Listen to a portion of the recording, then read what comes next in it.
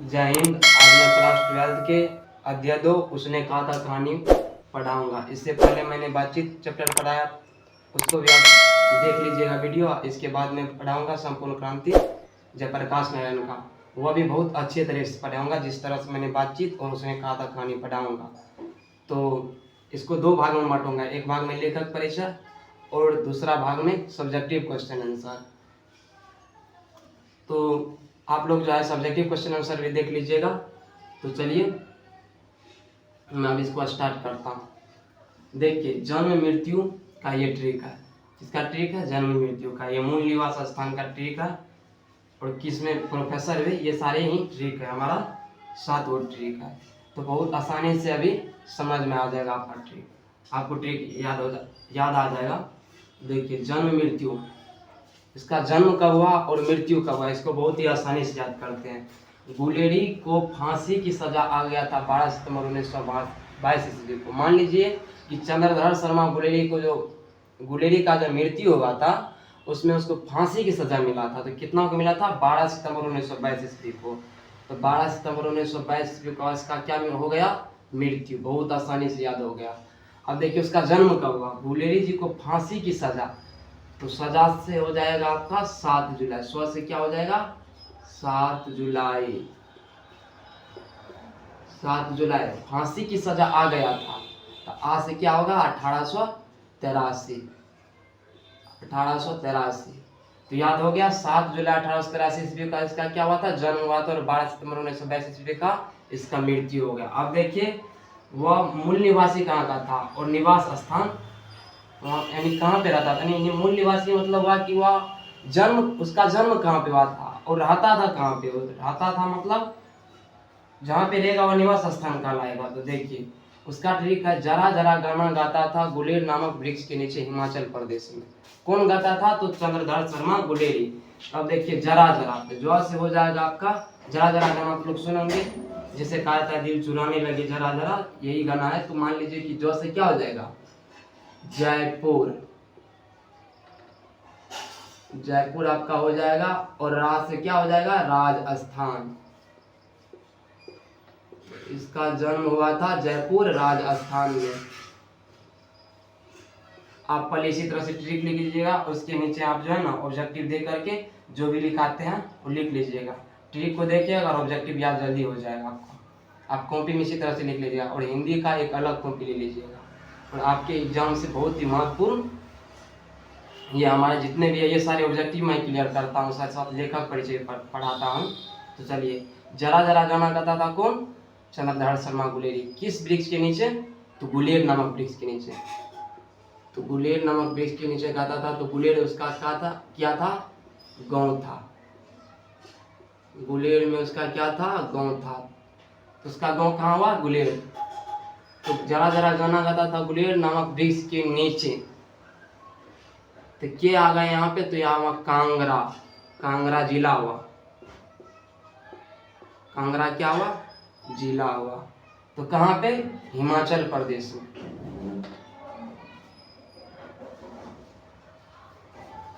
अब देखिए जन्म लिया था वह जयपुर राजस्थान में, लेकिन रहता था कांगड़ा हिमाचल प्रदेश में।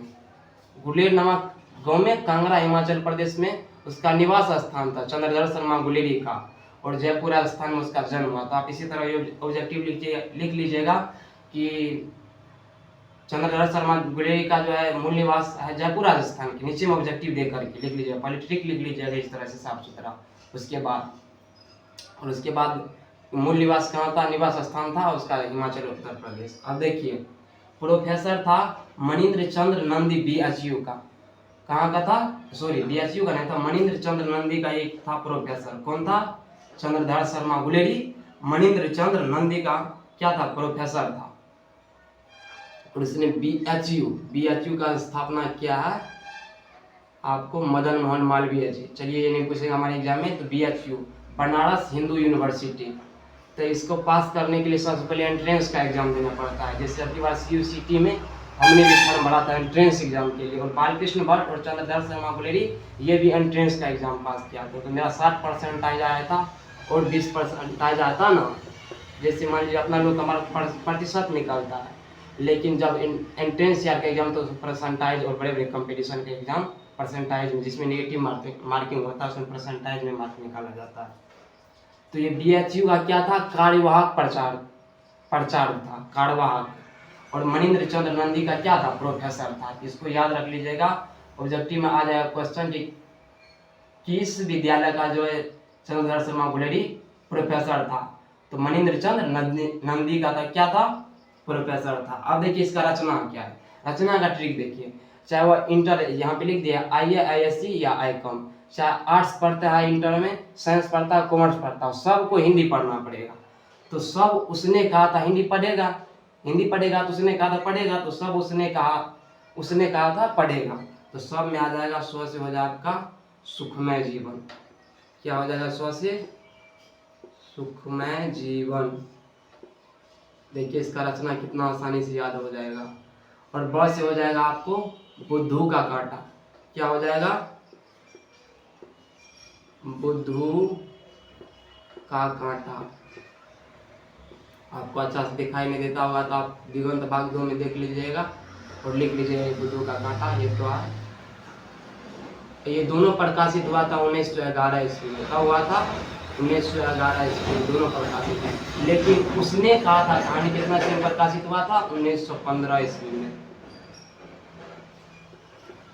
हमारे एग्जाम में क्वेश्चन आ जाता है कि उसने कहा था कहानी कब प्रकाशित हुआ, 1915 ईस्वी में। किसने लिखा, तो चंद्रधर शर्मा गुलेरी ने लिखा। दे देगा बुद्धू का कांटा, सुखमय जीवन उसने कहा था। 3 रचना है, तो इसमें दे देगा सुखमय जीवन किसका रचना है। तो याद रहेगा तभी ना बना पाइएगा, यदि याद नहीं रहेगा तो वहाँ पे जाकर के नहीं बना पाइएगा। तो इसमें देखिए ज़्यादा, इसमें जैसे बालकृष्ण भट्ट में उतना याद था रचना याद करने के लिए, इसमें जो है कम में है, 3 है। उसने कहा था बुद्धू का कांटा, सुखमय जीवन, 3 रचना है। 3 रचना का आसानी से याद कर लीजिएगा, सब उसने कहा था कहानी पढ़ेगा। तो स्व से हो जाएगा सुखमय जीवन, ब से बुद्धू का कांटा, उसने कहा था ये भी रचना है। तो तीनों याद कर लीजिए, ऑब्जेक्टिव में आ जाएगा आपका एग्जाम में, तो आप आसानी से बना लीजिएगा। चलिए आगे। अब देखिए उसने कहा था कहानी, यानी हमारे बात, ये जो कहानी क्या कहते हैं, हिंदी बुक है, उसमें जो है हिंदी बुक में एक ही कहानी पर फिल्म बना, सॉरी इससे और कुछ बनाया तो मैं बात करूँगा।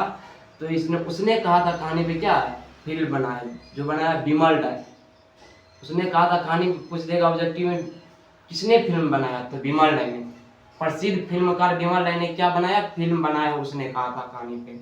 अब देखिए नोट में क्या, यह एक हिंदी विकास में मील का पत्थर माना जाता है। कौन, तो उसने कहा था कहानी हिंदी विकास में मील का पत्थर माना जाता है। आप लिख लीजिएगा मील का पत्थर कौन माना जाता है ऑब्जेक्टिव में, तो आंसर में लिख लीजिएगा उत्तर दे करके ऑब्जेक्टिव में। यहाँ ऑब्जेक्टिव दे दीजिएगा, मान लीजिए आप ऑब्जेक्टिव दे दीजिएगा, नीचे में 1-2 करके लिख लीजिएगा जितना भी अच्छा से नीचे में, ये आप ऊपर में ट्रिक लिख दीजिएगा, इसलिए आसानी से याद हो जाएगा। तो मील का पत्थर माना गया। एक कालजयी रचना है, तो आप ऑब्जेक्टिव में यह भी लिख लीजिएगा कि यह कैसी रचना है, तो एक कालजयी रचना है। अब देखिए अध्यय परिचय। अब देखिए बताता हूँ, लहाना सिंह और सूबेदारनी, हजारा सिंह और बोधा सिंह, ये हमारे चैप्टर में मूल नाम है और बार बार इस चारों का उच्चारण आता है। तो देखिए इसमें जो है लहाना सिंह 12 वर्ष का रहता है और सूबेदारनी 8 वर्ष की रहती है। दोनों मामा के यहाँ आए रहते हैं। देखिए लहाना सिंह का घर कहाँ था, देखिए 9 आता है ना, तो 9 हमारे कौन, मतलब कि जब बचपन में पढ़ते हैं तो ओना माँ पढ़ते हैं, ओना मासी पढ़ते हैं ना, ओना मासी तो सब पढ़ता है, ओना माँ। तो देखिए एक याद करने का ट्रिक हुआ, तो लहाना में 9 आकर है लास्ट में, तो ओना, ना के बाद क्या आएगा, माँ, तो मांझे। लहाना का घर कहाँ था, मांझे में, लेकिन सूबेदारनी का घर था मगरे में। ऑब्जेक्टिव में बार बार कभी पूछ देता है, ये जो भी पढ़ाता मैं इंपोर्टेंट बताता हूँ, जो पूछता है ये नहीं कहिएगा कि मतलब ये नहीं बताया कि मील का पत्थर माना जाता है, ये नहीं बताया कि इंपोर्टेंट एग्जाम में नहीं आएगा, तो आप याद नहीं कीजिएगा, सब याद कर लीजिएगा, ये एग्जाम में आता ही है। तो चलिए सूबेदारनी का घर कहाँ था, मगरे में, मगरे में सूबेदारनी का घर था। अब देखिए लहाना सिंह जब 12 वर्ष का रहता है, सूबेदारनी जब 8 वर्ष की रहती है, सूबेदारनी जब 8 वर्ष की रहती है, तो ये एक दही वाली दुकान, यानी अमृतसर में दही वाली दुकान पे क्या होती है, दोनों की मुलाकात अचानक से हो जाती है। ये दही लेने के लिए जाते हैं लहाना सिंह, और ये कुछ यानी कि बेसने इसने टाइप का ये सूबेदारनी आती है और एक जगह मिल जाती है। जब मिल जाती है तो ये इसको पूछता है, जो तुम्हारा घर कहाँ है? तो ये सूबेदारनी बोलती है मेरा घर मगरे में है। सूबेदारनी इसको पूछता है लाना सिंह को, ये तुम्हारा घर कहाँ है? तो कहता है मेरा घर मेरा घर जो है मांझे में है। तो ये दोनों सामान लेता है दुकान पर से, उसके बाद थोड़ा दूर साथ ही साथ चलता है। तो ये कहता है, लाना सिंह कहता है सूबेदारनी को, जो तेरी कुरमाई हो गई, यानी ये हमारे क्या है पंजाबी भाषा का शब्द है, तेरी कुरमाई हो गई, यानी हिंदी में इसको कहा जाएगा तेरी शादी हो गई। किसको कहता है? लाना सिंह कहता है सूबेदारनी को तेरी शादी हो गई। सूबेदारनी कहती है धत, क्या कहती है? धत, और भाग जाती है। तब उसके बाद जो होती है कहानी में, अचानक ये दोनों मिलते रहता है। कैसे? कभी दूध लेने जाता है तब, कभी मान लीजिए फिर दुकान पे गया तब, कभी चौक पे घूमने के लिए गया तब, अकस्मात मिलते रहता है। जब जब मिलता है तो लाना सिंह उसको कहता है तेरी शादी हो गई, यानी तेरी कुरमाई हो गई। तो लाना सिंह कहता है तेरी शादी हो गई, यानी तेरी कुरमाई हो गई। लाना सिंह कहता है, सूबेदारनी क्या कहती है? धत। लेकिन जब एक दिन लाना सिंह पूछता है कि तेरी कुरमाई हो गई, तो धत कहने की वजह सूबेदारनी कहती है हाँ। तो लाना सिंह पूछता है कब? तो सूबेदारनी कहती है हाँ कल हो गई। देखते ना, यह नहीं रेशम का कढ़ा हुआ सालू, सालू दुपट्टा कहा जाता है, रेशम का कढ़ा हुआ सालू।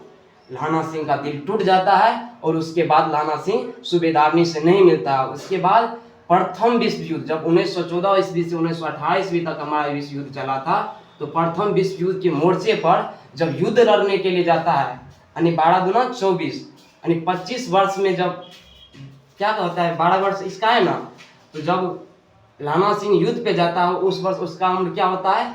25 वर्ष के आसपास। तो 12 दूना 24 से 25, तो 13 वर्ष के बाद मिलता है किसे? सूबेदारनी से। अब कैसे मिलता है? तो देखिए फौज में जो है ना सूबेदार जो है, ये फौज में सूबेदार है, हजारा सिंह जो है ये फौज में सूबेदार है। तो इसके अंदर काम करता है लाना सिंह काम, ये भी फौज में जाता है और ये भी फौज में जाता है। तो हजारा सिंह जो है ये सूबेदार है। तो जब ये दोनों जाते हैं, उधर से ऑर्डर आता है जो युद्ध लड़ने के लिए, क्या लड़ने के लिए? युद्ध लड़ने के लिए। तो ये दोनों जाता है क्या? फौज में जाता है युद्ध लड़ने के लिए। तो हजारा सिंह बोलता है लाना सिंह को, जो आते वक्त मेरे मतलब कि मेरे घर होकर के आना, क्योंकि मेरा बेटा लाना बोधा सिंह भी जाएगा और हम भी जाएंगे। तो ये क्या करता है? हजारा सिंह के यहाँ पहुँचता है। जब हजारा सिंह के यहाँ पहुँचता है, तो यह जो है हजारा सिंह के यहाँ पहुँचता है, तो सूबेदारनी इसको पहचान जाती है। इससे पहले बीच में मुलाकात नहीं है दोनों का, सूबेदारनी पहचान जाती है।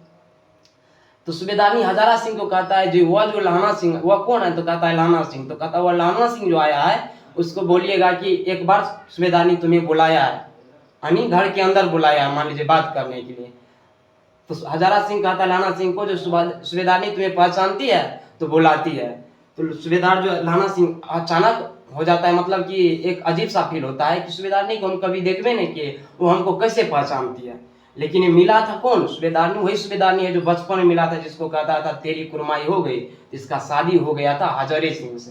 तो गया तो सूबेदारनी पूछा लाना सिंह को पहचाना? तो नहीं लाना सिंह जब गया उसके पास तो कहता है प्रणाम। सूबेदारनी क्योंकि मालिक का जो है फौज में सूबेदार है, जिसके अंदर काम करता लाना सिंह, तो प्रणाम कहता है। किसको कहता है? सूबेदारनी को कहता है। तो सूबेदारनी आशीर्वाद की वजह कहती है पहचाना मुझको, यानी आशीर्वाद नहीं देती है, कहती है पहचाना मुझको। लाना सिंह कहता नहीं मैंने आपको नहीं पहचाना। तो सूबेदारनी कहती है तेरी कुरमाई हो गई, धत देखते नहीं या रेशम का कड़ा हुआ सालू, कल हो गई है शादी। तब अचानक उसका जो है दिमाग याद आता है कि यही लगता है कौन है? सूबेदारनी जो बचपन में मिली थी। तब ये भीख मांगता है। किससे भीख मांगता है? लाना सिंह से भीख मांगता है सूबेदारनी, जी हे लाना सिंह, जिस प्रकार से मेरा बचपन में तूने टमटम के नीचे दबने से बचाया था, ठीक उसी प्रकार से मेरा हजारा सिंह और बोधा सिंह की रक्षा करना, क्योंकि इससे पहले हमें 4 और अन्य बेटे हुए, लेकिन वह युद्ध में मारे गए। मैं अभाग्नि हूँ, जो हजारा सिंह भी यानी मेरे पति भी फौज में है, और मेरा 4 बेटा तो मारा गया ही, और जो एक बेटा बचा था वह भी आज फौज में युद्ध लड़ने के लिए जा रहा है प्रथम विश्व युद्ध में। और मुझे मेरा पति और बेटा का रक्षा करना, हाथ जोड़ करके विनती करती है और आंचल पसा करके भीख मांगती है दोनों के प्राण का। बाद में जा करके लाना सिंह वचन देता है कि मैं जिस तरह तुम्हें बचाया था बचपन में टमटम के नीचे से बचने के लिए दब रहा था, ये लाना सूबेदारनी जो है टमटम के अंदर जा रही थी, तभी जो है इसको बचाया था, लाना सिंह बचाया था, तभी ये इस दोनों में प्रेम हो गया था बचपन में। तो वही कहती है लाना हजारा सुबेदारनी कहती है जो उसी प्रकार से मेरा हजारा सिंह और बोधा सिंह पति और बेटा का रक्षा करना। तब जा करके जब युद्ध में जाता है तो अपना मर जाता है लाना सिंह, लेकिन ये दोनों को बचाता है। तब जब जाते समय घायल रहता है लाना सिंह, तो हजारा सिंह कहता है कि लाना सिंह चलो, घायल है तू, चलो मैं अपने साथ गाड़ी में बैठा कर ले जाता हूँ। लेकिन वह कहता है, लाना सिंह कहता नहीं, मैं घर नहीं जाऊंगा, आप चले जाओ, हम ठीक है। जबकि पूरा घायल रहता है, मरने की स्थिति में रहता है, क्योंकि वह दोनों को बचाएगा, क्योंकि वचन दिया है। तो वह कहता है कि जाओ, कल गाड़ी आ जाएगी, कल हम चले जाएंगे, हम बहुत अच्छे हैं, तुम ज़्यादा घायल हो। हजारा सिंह को और बोधा सिंह को कहता है लाना सिंह, और उससे कह देना, यानी सुबेदारनी से कह देना कि उसने कहा था जो मैंने कर दिया। इसीलिए चैप्टर का नाम पड़ा है उसने कहा था, चंद्रधर शर्मा गुलेरी। लाना सिंह क्या कहा था? जो उसने कहा था, यानी सुबेदारनी ने कहा था कि मेरा पति और बोधा का रक्षा करना, और रक्षा कर दिया। तो इसीलिए लाना सिंह कहा था उसने कहा था जो मैंने कर दिया। तो समझ गए होंगे उसने कहा था कहानी का नाम क्यों पड़ा। तो चलिए, अब मेरा लेखक परिचय समाप्त हो गया, अब हम चलते हैं कहानी पे। चलिए, हमने जो है संक्षिप्त में कहानी समझ लिए थे, अब चलते हैं विस्तृत से कहानी समझते हैं। और इसके बाद ये भाग 1 में लेखक परिचय और कहानी पढ़ाऊंगा, और भाग 2 में उसने कहा था कहानी का सब्जेक्टिव का क्वेश्चन आंसर लेकर के आऊँगा अगले वीडियो में। उसके बाद में संपूर्ण क्रांति और जितना भी है हमारे चैप्टर 1 से लेकर के, जिसे 1 में बातचीत से लेकर के 12 तक 13 तक शिक्षा है, और करबक से लेकर गाँव का घाट, तो प्रत्येक चैप्टर का मैं क्या लाऊंगा वीडियो, बहुत ही आसान तरीका से और ट्रिक के साथ। तो चलिए, अब मैं इसे पढ़ता हूँ। देखिए, उसने कहा था कहानी लिखा है सरस्वती पत्रिका, जिसका मतलब सरस्वती पत्रिका का संस्थापक था आचार्य प्रसाद द्विवेदी। ये हमारे एग्जाम में नहीं पूछता है, लेकिन मैं बता देता हूँ जानने के लिए। उसने कहा था कहानी किस पत्रिका से लिखा गया है? सरस्वती पत्रिका, जिसका सरस्वती पत्रिका का संस्थापक कौन था? आचार्य प्रसाद द्विवेदी। तो उसने कहा था कहानी 1914 ईस्वी में प्रकाशित हुआ। कब प्रकाशित हुआ था? 1915 ईस्वी में प्रकाशित हुआ था। और 1914 ईस्वी में हमारा फर्स्ट वर्ल्ड वार जो है शुरू हुआ था और 1918 ईस्वी तक चला था। तो फर्स्ट वर्ल्ड वार के दौरान ही ये जितने भी लाना सिंह गया था, सूबेदार गया था, हजारा सिंह गया था, कीरत सिंह गया था, जितने भी सिपाही हमारे गए थे, तो भारत की ओर से गए थे। अप्रत्यक्ष रूप से फर्स्ट वर्ल्ड वार में भाग लिया था और ब्रिटेन की ओर से लड़ रहा था। तब देखिए कहानी में क्या है, अब इसे विस्तृत से समझते हैं। संक्षिप्त में मैंने समझ लिया, तो चलिए। बड़े बड़े शहरों के इक्के गाड़ी वालों की जवान की कोड़े से जिनकी पीठ छिल गए हैं और कान पक गए हैं, उनसे हमारी प्रार्थना है कि अमृत शहर के बम्बू काट वालों की बोली का मरहन लगावे, जब से अपना निकट संबंध स्थिर करे। यहाँ पे है, जब बड़े बड़े शहरों की चौड़ी सड़कें पर घोड़े की पीठ की चाबुक से ढूंढते हुए के वाला कभी घोड़े की नानी से अपना निकट संबंध स्थापित करते हैं, कभी राह चलते पैदल की आंखों के न होने का तरस खाते हैं। सही बात है, जब कोई टमटम वाला रास्ते से गुजरेगा तो वह घोड़े को क्या करता है? चाबुक से मारता है, खूब मारता है, इतना मारता है कि उसका पीठ उधेड़ देता है घोड़े का, और कहता है उधेड़ देता है। और कभी कहता है घोड़े को नानी, यानी गाली भी देता है, भादियाँ तरह के नानी लगा के घोड़े को गाली देता है। और कहता है घोड़े की नानी से अपना निकट संबंध स्थापित करते हैं, कभी राह चलते पैदलों की आंखों में न होने का तरस खाते हैं। और जब कभी कोई मतलब कि अचानक से आगे में चला आता है तो कहता है अंधा है। ऐसे आजकल भी होता है, कोई साइकिल के सामने आता है, मोटरसाइकिल के सामने चला आता है, यदि नहीं हटता है तो उसको हम लोग भी कहते हैं अंधा है। तो वही जो है टमटम वाले जा रहे थे, तो कभी घोड़े को नानी का मतलब नानी से गाली दे रहे, नानी लगा करके गाली दे रहे थे, और कभी जो आगे में चले आते थे उसको कहते हैं ये अंधा है। अब देखिए,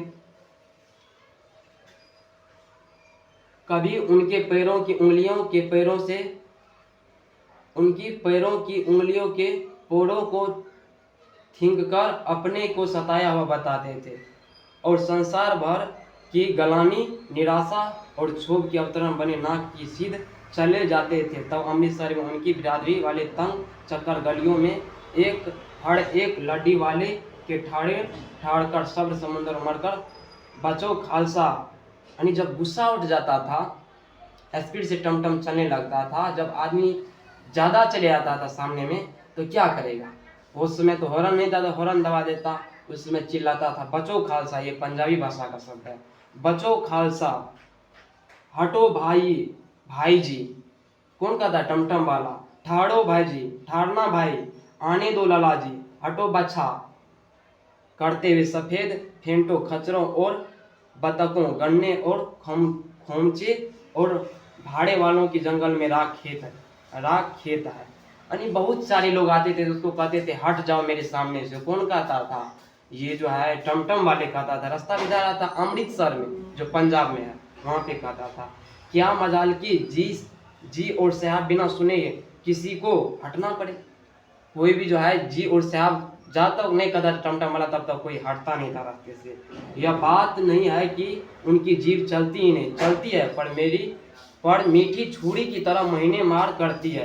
यदि कोई बुढ़िया बार बार चुनौती देने पर लीक से नहीं हटती, लीक कहा जाता है गाड़ी जिस पे जाते आते हैं तो गाड़ी के सामने आ जाती, चक्के के सामने आ जाती है, तो देखिए वो क्या कहता, यानी कौन, टमटम वाले। यदि कोई बुढ़िया बार बार चुनौती देने पर लीक के सामने नहीं हटती तो उनको बचाने के लिए ये नमूने कहते। कौन कहते, टमटम वाले। हट जा जीने जोगिए, हट जा कर्म वालिए, हट जा कुत्ता प्यारिए, बच जा लंबी वालिए। कहता है माता आपका लंबी उम्र है, आपका लंबी उम्र है, आप जीने योग्य, हट जा मेरे टमटम के रास्ते में आप क्यों आ रहे हैं, आप मारे जाओगे, आप दबे जाओगे। कौन कहता है, टमटम वाले।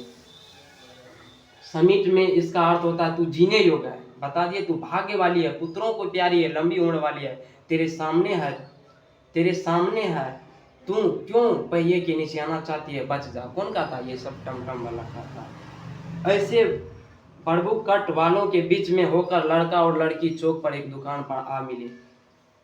लड़का और लड़की, कौन लड़का लड़की, लड़का लहना सिंह और लड़की सूबेदारनी। लड़का का उम्र 12 वर्ष और लड़की की उम्र 8 वर्ष। लड़का का घर मगरे में, लड़का का घर मांझे में और लड़के का घर मगरे में।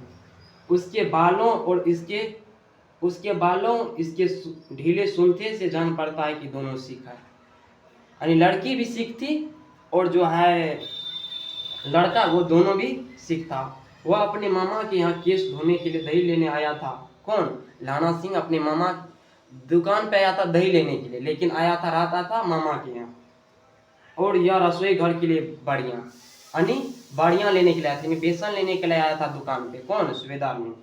दुकानदार एक परदेसी से गूंथ रहा था जो शेर भर गीले पापड़ों की गड़ियों को गिने बिना ना हटता।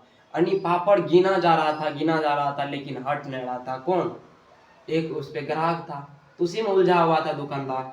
तब तक में देखिए दोनों में वार्तालाप शुरू हो गया। किसमें, लाना सिंह में और सूबेदारनी में। तेरे घर कहाँ है, किसने पूछा, लाना सिंह ने पूछा। तो लड़की क्या कहती है, मगरे में। और तेरे, फिर लड़की पूछती है और तेरे, लाना सिंह पूछता है तो लाना सिंह क्या कहता है, माझे में है, यहाँ कहाँ रहती हो। अब देखिए बोल दिया कि माझे में रहते हैं लाना सिंह पूछ दिया तुरंत, किसको, सूबेदारनी को, जो यहाँ कहाँ रहती हो।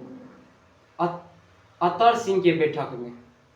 सूबेदारनी का अतर सिंह के बैठक में, वे मेरे मामा होते हैं। अब देखिए मैं भी मामा के यहाँ हूँ। कौन कहता है, लाना सिंह। उनका घर गुरु बाजार में। लाना सिंह मामा के यहाँ आया है, उसका घर गुरु बाजार में है। और सूबेदार ने भी मामा के यहाँ, उसका घर क्या है, अतर सिंह के बैठक में। यानी दोनों नानी गाँव आए हैं। इतने में दुकानदार निपटा, यानी वो पापड़ वाला को दे दिया पापड़ और वो ग्राहक चला गया। और इनका सौदे देने लगा, ये दोनों का सौदे देने लगा, लाना सिंह और सूबेदारनी का। सौदा लेकर दोनों साथ साथ जाने लगा रास्ते पे। कुछ दूर जाकर लड़के ने मुस्कुराकर पूछा, देखिए जब कुछ दूर गया तो लड़के मुस्कुरा करके हंस करके पूछा। अंदर ही अंदर लाना सिंह प्रेम करने लगा। बचपन में ये प्रेम करने लगा, किससे, सूबेदारनी से। देखिए तो लड़का क्या पूछता है, नहीं लाना सिंह क्या पूछता है, तेरी कुरमाई हो गई। ये पंजाबी शब्द है कुरमाई, जिसका मंगनी और निकाह मुस्लिम धर्म में कहा जाता है, अपना लोग शादी कहते। तेरी कुरमाई हो गई यानी शादी हो गई। किसने पूछा, लाना सिंह ने। इस पर लड़की ने आंख चढ़ाकर धत कर दौड़ गई और लड़का मुंह देखता रह गया। धत करके दौड़ गया, कौन, लड़की। यानी वैसे धत करके दौड़ गया, लेकिन दोनों को अंदर ही अंदर प्रेम होने लगा। धक कर दौड़ गया, लड़का मुंह देखता रहा और लाना सिंह मुंह देखता रहा। दूसरे तीसरे दिन सब्जी वाले के यहाँ, देखिए अब दूसरे तीसरे दिन जो है सब्जी वाले के यहाँ क्या हुए, मिले। कौन? लाना सिंह और सूबेदार ने। दूध वाले के यहाँ अकस्मात मिलते रहे, सब्जी वाले के यहाँ चौक पे दुकान पे, दूध वाले के यहाँ अकस्मात मिलते रहते थे, अचानक कभी कभी मिलते रहते ये दोनों। तो क्या पूछते थे, महीना भर यही हाल रहा, यानी मिलते जुलता रहा 1 महीना तक। 2-3 बार लड़के ने फिर पूछा तेरी कुरमाई हो गई, यानी जब मिलता था तो पूछता था तेरी कुरमाई हो गई, और उत्तर में वही धत मिलता था। और जब लड़की रहती थी तो वह धत करती, यानी अंदर से इसका मतलब कि सूबेदारनी भी चले नहीं, धत ना कहती। यदि नहीं चाहती तो वो अपने जाकर के मामा को कह देती, जो वो उसका अगर गुरु बाजार में है, लाना सिंह का लड़का मुझे जो है बार बार जो परेशान करता है, इसका मतलब सूबेदारनी भी चाह रही थी, इसीलिए वह क्या कहती थी, धत कहती थी। अब देखिए एक दिन जब फिर लड़के ने वैसे ही हंसी चिढ़ाने के लिए पूछा तो लड़की लड़के की संभावना के विरुद्ध बोली। देखिए जब एक दिन और पूछा, नेक्स्ट दिन अगले बार जब मिला तो लाना सिंह कहता है तेरी कुरमाई हो गई, चिढ़ाने के लिए कहता था। तो लड़की बोलती है उसके भावनाओं के विरुद्ध, यानी जो बात प्रश्न पूछा उसके विरुद्ध बोला हाँ हो गई। तो लाना सिंह क्या पूछता है कब? तो सूबेदारनी कहती है कल। देखते नहीं यार रेशम का कड़ा हुआ सालू, रेशम का कड़ा हुआ सालू यानी दुपट्टा। लड़की भाग गई, इतना करके लड़की क्या हुई, भाग गई। लड़के ने घर गिरा दी। अब देखिए लाना सिंह का दिल टूट गया, क्योंकि लाना सिंह जो है मन ही मन सूबेदारनी को चाहने लगा था, और सूबेदारनी की शादी हो जाती है। रास्ते में एक लड़के को मोड़ी में धकेल दिया, मोड़ी मतलब गड्ढा होता है। रास्ता में जब लाना सिंह जा रहा था अपने मामा के घर पे, तो गड्ढा में धकेल दिया एक लड़का को। एक छाबड़ी वाले की दिन भर की कमाई खो दी, एक छाबड़ी वाले की दिन भर की कमाई खो दी।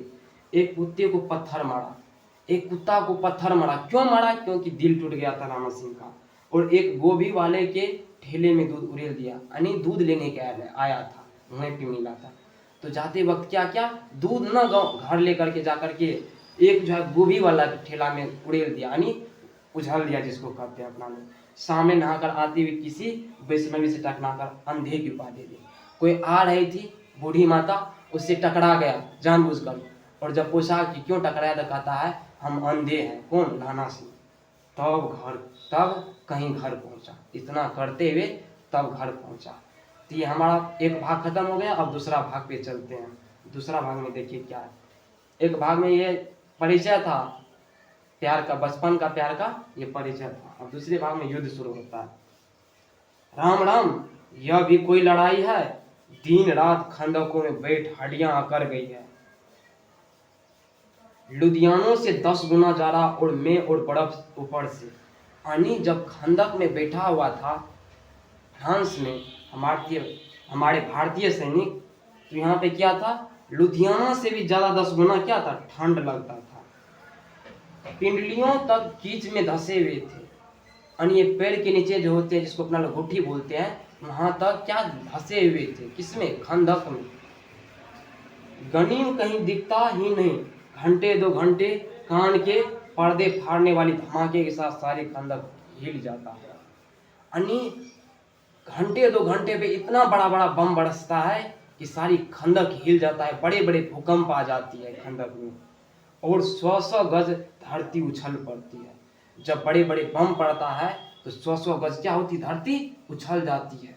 जैसे हमारे परमाणु बम जब अमेरिका ने जापान पे गिराया था, तो उस समय का हालत बहुत बुरा हुआ था। वो परमाणु बम नहीं था, दूसरा बम था, लेकिन उससे क्या होता था, उछल जाता था खंदक, भूकंप सी आ जाती थी। इस गेनी गोले से बचे तो कोई लड़े। सही बात है, जब कोई बम से बचेगा तभी ना लड़ेगा। नरकोट का जलजला सुना था, नरकोट स्थान का नाम है, वहां का जलजला मतलब भूकंप होता है। वहां का भूकंप सुना था, सैनिक ने सुना था। कौन सैनिक? भारतीय सैनिक सुना था। यहाँ दिन भर में 25 जलजले होते हैं। जब हम युद्ध लड़ने के लिए गए ब्रिटेन की तरफ से, वहाँ दिन भर में 25 बार भूकंप आता है। जो कहीं खंदक से बाहर सफा या कुआनी निकल गई तो चटाक सी गोली लग जाती है, यानी थोड़ा सा भी चेहरा दिखाई दिया तो दुश्मन चटाक से गोली क्या करती है, मार देती है। ना मालूम बेमान मिट्टी में लेटे हुए या घास की पत्तियों में छिपे रहते हैं। हमारे भारतीय सैनिक कहते हैं न जाने बेईमान जो है यानी दुश्मन घास की पत्तियों में छिपा हुआ है या मिट्टी में लेटे हुआ है।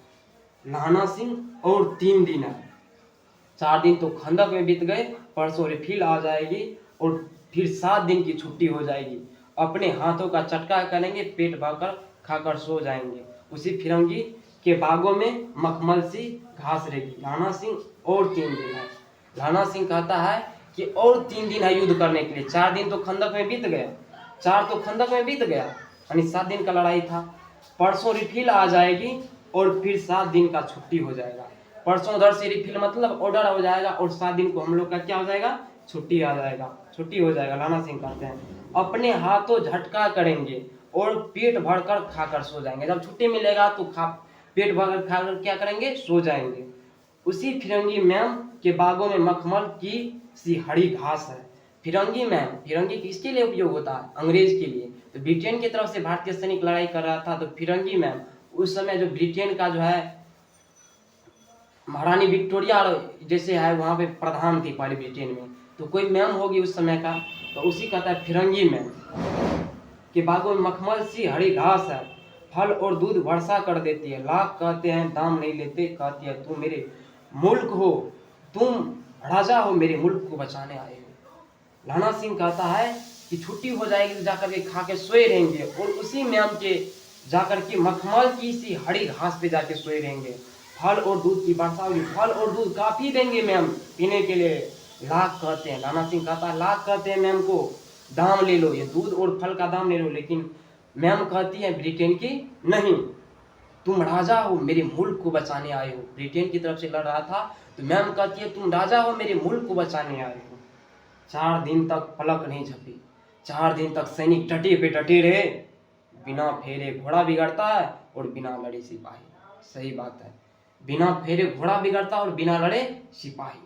मुझे तो संगीन चढ़ाकर मार्च का हुक्म मिल जाए, फिर 7 जर्मनों को अकेला मारना लौटूं तो मुझे दरबार साहब की देहली पर माथा टेकना नसीब न होगा।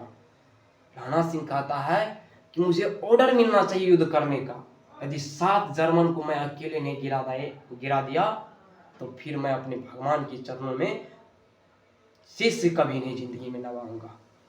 क्योंकि जर्मन, तुर्की और बुल्गारिया और ऑस्ट्रेलिया एक साइड से लड़ रहा था और ब्रिटेन, फ्रांस, रूस ये सब एक साइड लड़ रहा था। तो उसी में ब्रिटेन में साथ दे रहा था भारत प्रथम विश्व युद्ध 1914 ईस्वी से 1918। उसने कहा था कहानी 1915 ईस्वी में प्रकाशित हुआ।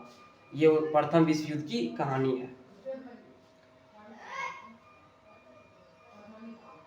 पाजी कहीं के कलों के घोड़े संगीन संगीन देखते ही मुंह फाड़ देते हैं और पैर पकड़ने लगते हैं। पाजी कहीं के कलों के घोड़े, यानी जब विपत्ति होता है तो दुश्मन अचानक से मार देते हैं। अभी हम लोग को विपत्ति है और पैर पकड़ने लगते हैं, यानी दुश्मन जो है मार देते हैं, हम पैर पकड़ने लगते हैं। यूं अंधेरे में 30-30 मन का गोला फेंकता है। यूं अंधेरे में कितना मन का, 30-30 मन का गोला फेंकता है।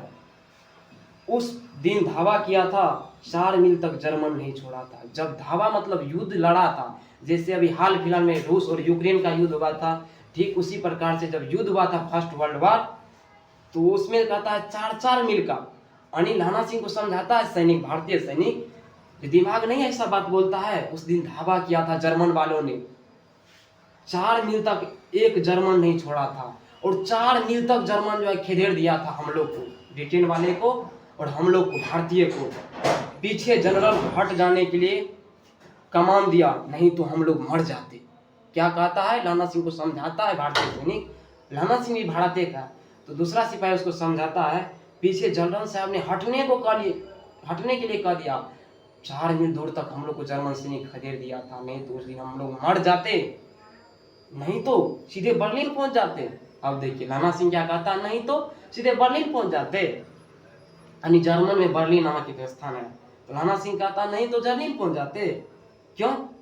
सूबेदार ने मुस्कुरा कर कहा। अब देखिए, अब सूबेदारनी का पति अब यहाँ से इसका रोल अदा होता है।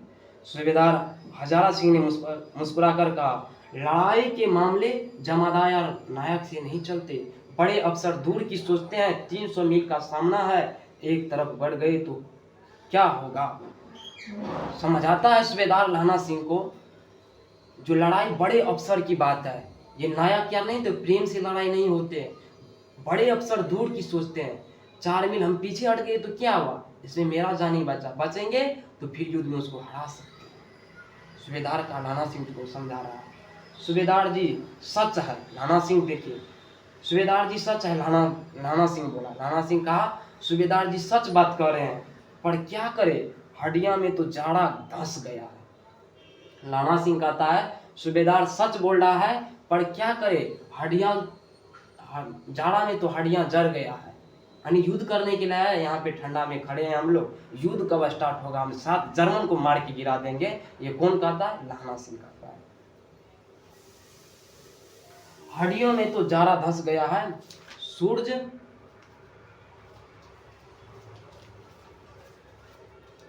निकलता नहीं, और खाई में दोनों तरफ से चंबे की बावलियों के से सोते झर रहे हैं, एक धावा हो जाए तो गर्मी आ जाएगा।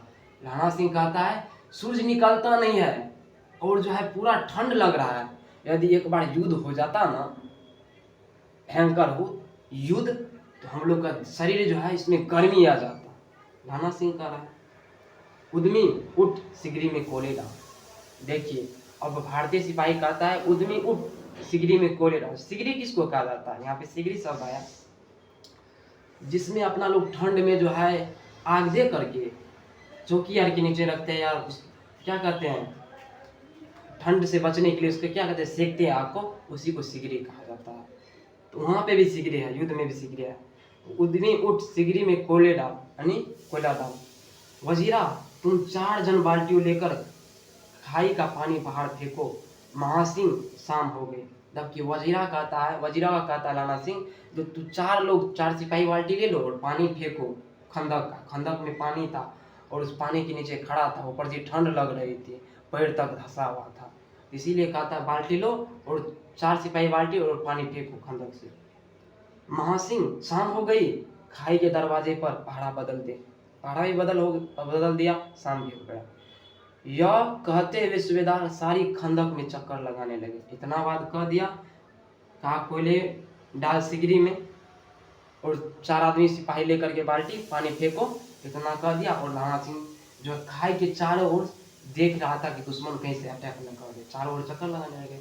वजीरा पलटन का विदूषक आया है, क्या आया है, पलटन का, वजीरा पलटन का विदूषक कहता है जोकर को।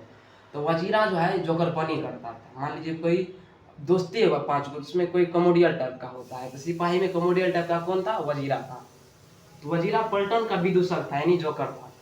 बाल्टी में गंदला पानी लेकर खाई के बाहर फेंकता हुआ बोला। अब देखिए वजीरा क्या बोला, बाल्टी लिया और पानी फेंक रहा था और बोला, क्या बोला देखिए, मैं पाधा बन गया हूँ, करो जर्मन के बादशाह का तर्पण। इस पर सब खिलखिला पड़े और उदासी से बादल फट गए, और जितना मौन था वो सबको हंसी आ गई। मैं पाधा बन गया, यानी मैं गधा हूँ, करो जर्मन बादशाहों का तर्पण। जर्मन का तू लोग तारीफ करते जा रहा है, मैं गधा हूँ, इस पर हंसने लगा। कौन, सब हंसने लगा, क्योंकि बात ही ऐसा बोला, सब सिपाही हंसने लगा और खुशी से पूरा माहौल छा गया, जो दुखी का सन्नाटा था। लहना सिंह ने दूसरी बाल्टी भर उसके हाथ में देकर कहा, अपनी बाड़ी के खरबूजे में पानी दो। लहना सिंह दूसरी बाल्टी भर दिया, अब बोला कि अपनी बाड़ी की खरबूजे में क्या दो, पानी दो। है कहाँ, है युद्ध में, लेकिन कह रहा है अपनी बाड़ी के खरबूजे में पानी दो।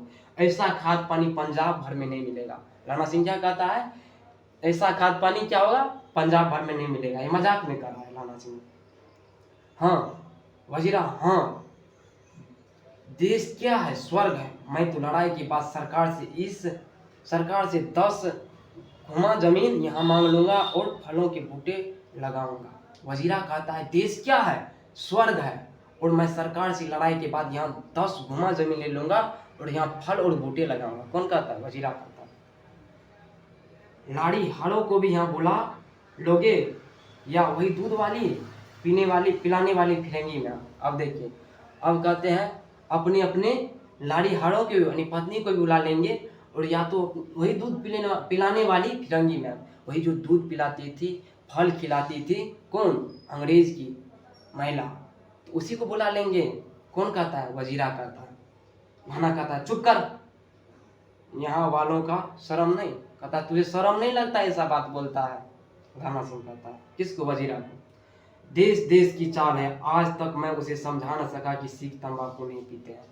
अब देखिए लहना सिंह कहता है कि देश देश का संस्कृति रीति रिवाज है, आज तक मैं उसे समझा न सका कि सिख तंबाकू नहीं पीते। वह सिगरेट देने में हट करती है। कौन? मैम देती है सिगरेट, क्योंकि ब्रिटेन में अक्सर नशा वशा सब अधिकतर करता है, लेकिन भारत ही ऐसा देश है पूरा दुनिया में जो यहाँ पे बहुत लोग, कोई कितना लोग तो मांस मछली भी नहीं खाते हैं, और बहुत सारे लोग हमारे देश में नशा नहीं करते हैं, लेकिन विदेश में अक्सर नशा सब करता है। वही कहता है देश देश की चाल है, आज तक मैं मैम को समझा न सकी कि सिख तंबाकू नहीं पीता है। वह सिगरेट देने का हट करती है। कौन? मैम सिगरेट देने का हट करती है, जिद करती है, ओंठों में लगाना चाहती है, यानी पिलाना चाहती है, और मैं पीछे हटता हूँ। लहना सिंह पीछे हट जाता है जब मैम सिगरेट पिलाती है, कहती है तो भी पी लो। तो समझाती है कि राजा बूढ़ा मान गए, अब मेरे मुल्क के लिए लड़ेगा नहीं। और कहती है जब नहीं पीता हूँ तो कहती है मैम कि राजा बूढ़ा मान गए, अब लगता है मेरे मुल्क के लिए नहीं लड़ेगा। कौन कहता है? मैम कहती है। वहां पे तो मैम नहीं है, तो ये चर्चा हो रहा लहना सिंह कर रहा है वजीरा को इतना सब बात। अच्छा अब बोधा कैसा है? देखिए वजीरा को लहना सिंह पूछा कि अब बोधा कैसा है? बोधा कौन है? सूबेदार का बेटा, सूबेदारनी का बेटा, यानी लहना सिंह के बचपन में जो उसे प्रेम हुआ था सूबेदारनी से, उसी का बेटा है। अच्छा बोधा कैसा है? कौन पूछा? लहना सिंह पूछा। किससे? तो वजीरा से। तो वजीरा क्या कहता है? अच्छा है। अब देखिए वजीरा क्या कहता है, जैसे मैं जानता ही ना, रात भर तुम अपने दोनों कंबल उसे चढ़ाते उड़ाते हो और आप सिगरी के सहारे गुजर करते हो। वजीरा कहता है कि मैं जानता नहीं हूँ, तुम वजीरा को रात भर अपना कमल दे देते हो ओढ़ने के लिए, और तुम सिगरी के सहारे, आग के सहारे जीवन व्यतीत कर देते हो। उसके पहाड़े पर आप पहाड़ा देते हो, उसके पहाड़े पर यानी बोधा के पहाड़ा पे आप पहाड़ा देते हो, अपने सूखी लकड़ी के तख्ते पर उसे सुलाते हो और आप कीचड़ में पड़े रहते हो। कहता तुम्हें जो सुलाने के लिए वह बेड है, उस पे तुम बोधा को सुलाते सूखी लकड़ी पर, और तुम पड़े कीचड़ में भरा पड़े रहते हो। कहीं तुम न मादे पड़ जाओ, मादे मतलब कहीं तुम न बीमार पड़ जाओ। कौन कर रहा है? वजीरा कर रहा है लहना सिंह को। झाड़ा क्या है? मौत है, और निमोनिया से मरने वाले को मुरब्बे नहीं मिला करते। मुरब्बे नहर की जमीन, यानी नहर की साइड जो जमीन होता है उसको मुरब्बे खाता है। वजीरा क्या कहता है? जाड़ा क्या है? मौत है, और निमोनिया से मरने वाले को, निमोनिया बीमारी है, निमोनिया से मरने वाले को नहर का भी जमीन नसीब नहीं होता है। देखिए सब क्या कर रहा है? वजीरा कर रहा है। लेकिन बोधा के पहाड़ा पे पहाड़ा क्यों दे रहा है? अपना दुख काट करके भाड़ा बिता लेता है ठंड में, खंदक में, लेकिन उसको कंबल ओढ़ने के लिए क्यों देता है? क्योंकि उसने वादा किया है सूबेदारनी से, जब मैं इस युद्ध में तुम्हारे पति हजारा सिंह और बोधा सिंह को जान बचाऊंगा। ये वादा क्या था? खड़क के किनारे मरूंगा, भाई कीरत सिंह की गोदी पर मेरा सिर होगा, भाई कीरत सिंह के गोदी में मेरा सिर होगा, और मेरे हाथ के लगाए हुए आंगन के आम के पेड़ की छाया होगी। देखिए क्या कहता है, हम जो बचपन में आम के पेड़ लगाए थे वह छाया होगी, और भाई कीरत सिंह में मेरा गोदी होगा जब मैं मरूंगा। वजीरा को कहता है लहना सिंह। वजीरा ने त्योरी चढ़ाकर कहा क्या मरने की लगाई है? वजीरा कहता है लहना सिंह को क्या मरने की लगाई है? मरे जर्मन और तुर्क। कहता है मरे जर्मन वाले और तुर्की, सॉरी मरे जर्मनी वाले और मरे तुर्की वाले, क्योंकि ये दोनों का दुश्मन है, यानी ब्रिटेन फ्रांस और भारत यार का दुश्मन है, क्योंकि भारत ब्रिटेन के तरफ से लड़ा था। हाँ भाइयों कुछ गाओ। हाँ कैसे? अब देखिए कहता है वजीरा भाइयों कुछ गाओ, क्योंकि वजीरा पलटन का विदूषक था, जोकर था, तो वह क्या कहता है इतना में, भाइयों कुछ गाओ। हाँ कैसे? अपने कहता है हाँ कैसे? देखिए अब कहता है वजीरा कहता क्या कहता है, दिल्ली शहर ते पिशोर नु जंबिए कर लेना लोंगे दा व्यापारो मंडिये कर लेना नड़ादे सौदे अड़िए ओई लाना चटका कदवे नु कदवे वनाए मजेदार घोड़िए होने लगा चटका कदवे नु। ये पंजाबी जो है गाना है, हम लोग को नहीं आएगा, तो देखिए इसका अर्थ क्या है। अरे दिल्ली शहर के पेशावर को जाने वाली मंडी में लौंगे का व्यापार कर लेना। कहता है ए गोरी जाने वाली, इसको कहता है जैसे मान लीजिए अपना भाषा हुआ, ए दिल्ली शहर की जाने वाली छोकरी, छोकरी कहा जाता है पंजाब में।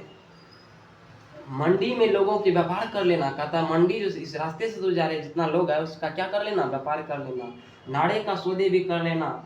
ओए अब हमें कद्दू चखना है, क्या कहता है, तू जाएगी और सौदे करते जाएगी तो अब हमें कद्दू चखना है। वजीरा कहता है ए गोरे वर्ण वालिए, कहती ए खूबसूरत लड़की, कद्दू अत्यंत स्वादिष्ट पका है। कद्दू तो चखना है लेकिन कद्दू क्या है, अत्यंत स्वादिष्ट पका है। कौन कहता है, ये सब गाना का अर्थ हुआ। अब हमें कद्दू चखना है, अब हमें कद्दू चखना है, यानी कद्दू चखना है गाना है ना पंजाब का। तो ये गाना गाता है कौन, वजीरा गाना गाता है। कौन जानता था कि दाढ़ियों वालों घड़बाड़ी से ऐसे लुच्चे गीत गाए, यानी जो है वो लुच्चा टाइप का गीत गाया था कौन, वजीरा। पर सारी खंदक गीत से गूंज उठी और सिपाही फिर ताजे हो गए, मानो 4 दिन से सोते सोते मौज ही कर लेगा। ऐसा खुशी महसूस हुआ गीत को सुन करके, मजा आया, सब खुशी से खिलखिला करके उठ उठा, मानो 4 दिन से क्या हुआ, मौज में रहते हो। क्योंकि 7 दिन लड़ाई का था वहाँ पे ड्यूटी, तो चार तो बीत गया लेकिन 3 दिन लड़ाई का बाकी था।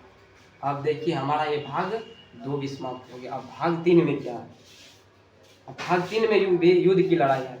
दोपहर रात गई, अंधेरा है, दोपहर रात गई यानी 12 बज गए, अंधेरा हो गया, सन्नाटा हुआ है। बोधा खाली बिस्किटों के टीनों पर अपने 2 कंबल बिछाकर, लाना के 2 कंबल बिछाकर एक बड़ान कोट ओढ़कर सो रहा है।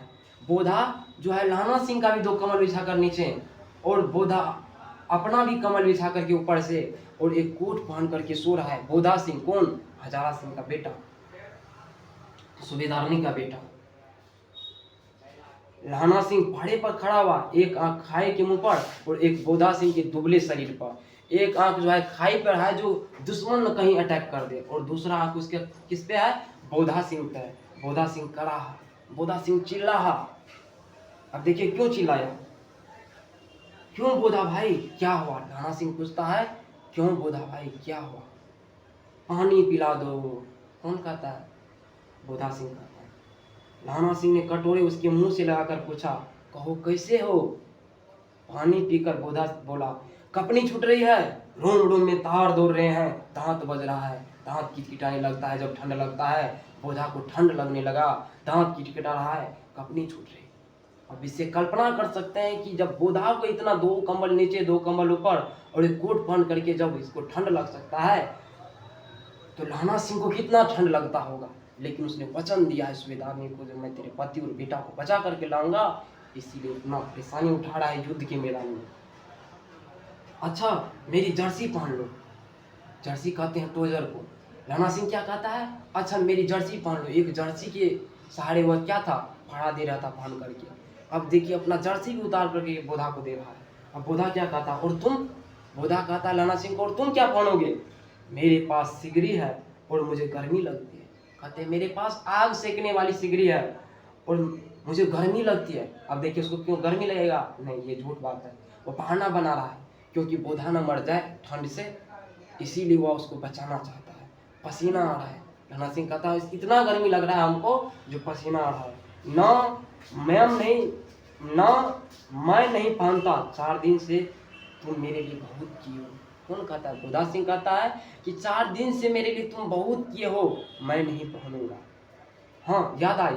अब देखिए लाना क्या कहता है, बहाना बनाता है, हाँ याद आई मेरे पास दूसरे जर्सी है। जर्सी मतलब वही ट्रूजर है ऊपर का पहनने वाले, जर्सी है, आज सवेरे ही आई है। अब देखिए झूठ बोलता है कि मेरे पास जर्सी है यानी दूसरा ट्रूजर है, मैं उसे पहन लूंगा, आज सवेरे आया है, जबकि झूठ बात है। विलायत से मेम बुन बुन कर भेज रहे, विलायत मतलब ब्रिटेन से भेज रहे हैं, लेकिन भेजा नहीं है, झूठ बोल रहा है। क्यों, उसको पहनाने के लिए, ताकि वह मर न जाए, उसे वह बीमार न पड़ जाए, इसीलिए बोधा को पहना हुआ है लाना सिंह। गुरु उनका भला करे, गुरु मतलब ये जो हमारे गुरु है भगवान है, उसका भला करेगी, वो बुन बुन कर भेज रही है। यो कहकर लाना सिंह अपना कोट उतारकर जर्सी उतारने लगे। कोट उतारा और जर्सी उतार करके दे दिया। सच कहते हो, बोधा कहा सच कहते हो, जर्सी है ना कि झूठ बोल रहे हो। और नहीं झूठ, लाना सिंह कहता है क्या हम झूठ बोल रहे हैं, नहीं झूठ नहीं बोल रहे हैं। यूं कहकर ना ही करते बोधा, बोधा कर मैं नहीं पहनूंगा, लेकिन जबरदस्ती जर्सी पहना दिया। कौन, लाना सिंह। और आप खाकी कोट जीन कुर्ता भर पहनकर पहाड़े पर खड़ा आ गया और आ करके खाकी कोट और जीन कुर्ता, एगो कोट पहना हुआ था, एक कुर्ता पहना, कोट पहना, एगो जीन्स पहना हुआ था, वो कुर्ता पहन करके आकर के खड़ा हो गया। कौन खड़ा हो गया? आपका लहना सिंह पहाड़ा पे फिर से उसको पहना करके जर्सी। मैम की जर्सी कथा केवल कथा ही थी, यानी मैम की जर्सी जो कहा मैम बोल कर भेजी है वह कथा ही थी, यानी वह झूठ बात थी। आधा घंटा बीता, इतने में खाई के मुंह से आवाज आया, सूबेदार हजारा सिंह। इतने में क्या आया? खाई के मुंह से आवाज आया, सूबेदार हजारा सिंह। अब देखिए यहाँ से जो है दुश्मन आ गया है। कौन दुश्मन? जर्मन की दुश्मन आया है। देखिए उसमें लेफ्टिनेंट साहब, देखिए लहना सिंह में लेफ्टिनेंट साहब था, जो लेफ्टिनेंट साहब गया था पता करने के लिए जो दुश्मन सब कहाँ छिपे हुए, लेफ्टिनेंट साहब को मार दिया गया। और लेफ्टिनेंट साहब के भेष में जर्मन वाले एक आता है। अब देखिए उसका कपड़ा और पहन लेता है, उसको मार देता है। अब देखिए आगे क्या कहता है। आधा घंटा बीत गया, बात करते करते पहरा देते थे, आधा घंटा लहना सिंह को बीत गया। इतने में खाई की मुंह से आवाज आई, सूबेदार हजारा सिंह। क्या आवाज आई? सूबेदार हजारा सिंह। कौन कह रहा है? लेफ्टिनेंट साहब कह रहा है। कौन लेफ्टिनेंट? ये जर्मन लेफ्टिनेंट, नकली लेफ्टिनेंट है। असली जो थे उसको मार दिए जर्मन वाले लोगों ने। उससे नाम जरूर पूछ लिए होंगे कि आपका सूबेदार का क्या नाम, तो उसने कह दिया सूबेदार हजारा सिंह नाम है। तो इसीलिए वो आकर ये कहता है सूबेदार हजारा सिंह। हजारा कौन? लेफ्टिनेंट साहब हजारा सिंह। अब देखिए अंधेरा में तो नहीं पहचान पाएगा, तो वह थोड़ा थोड़ा कपड़ा देखा और कहा कि कौन? लेफ्टिनेंट साहब, हुक्म हजूर। अब देखिए लेफ्टिनेंट साहब इससे बड़े पद पे थे, लहना सिंह से बड़े पद पे थे हजारा सिंह, और हजारा सिंह से बड़े पद पे थे लेफ्टिनेंट साहब। तो अब देखिए कौन? लेफ्टिनेंट साहब, हुक्म हजूर। हजारा सिंह कहा कौन? लेफ्टिनेंट साहब है, हुक्म हजूर। कहकर सूबेदार तन कर फौजी सलाम करते थे सामने। अब तन करके सैल्यूट कर दिया और तन करके सामने खड़ा हो गया। कौन? हजारा सिंह लेफ्टिनेंट साहब के आगे। जबकि लेफ्टिनेंट साहब ये नकली था, असली तो मारा गया युद्ध में। देखो इसी दम धावा करना होगा, मील भर की दूरी पर पूरब के कोने में एक जर्मन खाई है। अब देखिए लेफ्टिनेंट साहब इसको फंसा रहा है, युद्ध में फंसा रहा है। युद्ध जो है दिमाग से जीता जाता है, और बल से युद्ध उतना नहीं जीता जाता है जितना दिमाग से जीत लेगा। तो अब जर्मन वालों ने मार दिया, अब इसको फंसा रहा है सूबेदार हजारा सिंह को। और पूरे खंदक में किसी को नहीं पता है, ब्रिटेन के लोग जितना भी थे, फ्रांस के, रूस के और भारत के सैनिक के, किसी को नहीं पता है कि मेरा लेफ्टिनेंट साहब युद्ध में मारा गया और दूसरा जो लेफ्टिनेंट आया है ये नकली लेफ्टिनेंट है। अब देखो इसी दम धावा करना होगा, ये झूठ बोल रहा है, ये लेफ्टिनेंट नकली है तो झूठे बोलेगा। धावा करना होगा, मील भर की दूरी पर एक पूरब के कोने में एक जर्मन खाई है। कौन खाता है? ये लेफ्टिनेंट सिंह खाता है। कौन? लेफ्टिनेंट सिंह। तो ये नकली लेफ्टिनेंट सिंह, क्योंकि असली मारा गया था। जिसमें 50 के ज्यादा में जर्मन नहीं है, यानी 50 से ज्यादा जर्मन नहीं है, 50 से ज्यादा जर्मन नहीं है। कौन कहता है? लेफ्टिनेंट साहब कहता है हजारा सिंह को। इन पैरों के नीचे नीचे खेत का रास्ता है। इन पैरों की एक पैर था, उसके नीचे नीचे 2 खेतों काट का रास्ता है, यानी जब पैर के नीचे जाओगे तो खेत दे करके 2 रास्ता जाने वाला है। 3-4 घुमाव है, कहता है 3-4 घुमा है। जब जाओगे ना रास्ता बोले तो 3-4 बार क्या है? घुमाव है, घुमाव है। जहां मोड़ है वहां 15 जवान खड़े कराया। लेफ्टिनेंट साहब कहता है जहां मोड़ है वहां 15 जवान खड़ा कराया, जबकि यह सब बात झूठ है। तुम यहाँ 10 आदमी छोड़ सबके साथ ले उनसे जा मिलो। कहता है तुम यहाँ 10 आदमी रहो और सब छोड़ करके वहाँ पे जाओ, 3-4 जो पेड़ के नीचे जाओ और वहाँ पे 15 को, क्या कहता है 15 नहीं 50 सैनिक से ज़्यादा नहीं है। क्या कहता है? 50 सैनिक से ज़्यादा नहीं है, जबकि झूठ बोल रहा है लेफ्टिनेंट साहब। और कहता है यहाँ पे 10 सैनिक रहो, खंदक छीन कर वही जब तक दूसरा हुक्म न मिले। कहता है खंदक से जाओ, वहीं पे रहना जब तक हुक्म न मिले, डटे रहो, हम यहाँ रहेगा, हम यहाँ रहेगा। लेफ्टिनेंट साहब कहता है कि जाओ वहाँ पे खड़ा रहना, जब तक हम हुक्म नहीं दे देंगे तब तक फायर नहीं करना, युद्ध शुरू नहीं करना, लेकिन हम 10 आदमी के साथ कहाँ रहेंगे? इस खंदक के पास रहेंगे। सूबेदार कहता है जो हुक्म। सूबेदार क्या कहता है? जो हुक्म। अब देखिए सूबेदार जो हुक्म लेफ्टिनेंट साहब को कह दिया और सब आदमी को लेकर के चला गया जिस रास्ते में बताया था। पैर के नीचे 2 खेत होकर के 2 रास्ते हैं, उधर चला गया। अब बचा 10 को सैनिक। अब देखिए 10 गो सैनिक। चुपचाप सब तैयार हो गया। अब देखिए जाने के लिए सब तैयार हो गया, चुपचाप सब तैयार हो गया। बोधा भी कंबल उतारकर चलने लगा। बोधा जो कंबल उड़ा हुआ था वह भी उतारकर चलने लगा। तब लाना सिंह ने उसे रोका। लाना सिंह कहा कि तुम नहीं जाओ। लाना सिंह आगे हुआ तो बोधा के बाप सूबेदार ने उंगली से बोधा की ओर इशारा किया। लाना सिंह जैसे आगे हुआ चलने के लिए तो चुपचाप कहा, क्योंकि दुश्मन आगे हल्ला करेगा तो जान जाएगा, मार देगा। इसीलिए इशारा से कौन कहा? हजारा सिंह कहा। किसको? लाना सिंह को इशारा से कहा। लाना सिंह समझ कर चुप हो गया। पीछे 10 आदमी कौन लेंगे? इशारा से कहा पीछे 10 आदमी कौन लेंगे? कौन कहा? सूबेदार कहा लाना सिंह को इशारा से। लाना से कहा 10 आदमी कौन लेंगे? पीछे 10 आदमी कौन लेंगे? इस पर बड़ी हुज्जत थी। कोई भी रहना नहीं चाहता था खंदक में। सब चाहता था कि हम जाएंगे, युद्ध लड़ेंगे, मारेंगे दुश्मन को। कोई न रहना चाहता था। समझा बुझाकर सूबेदार ने मार्च किया, यानी समझा बुझाकर किसी तरह रखा।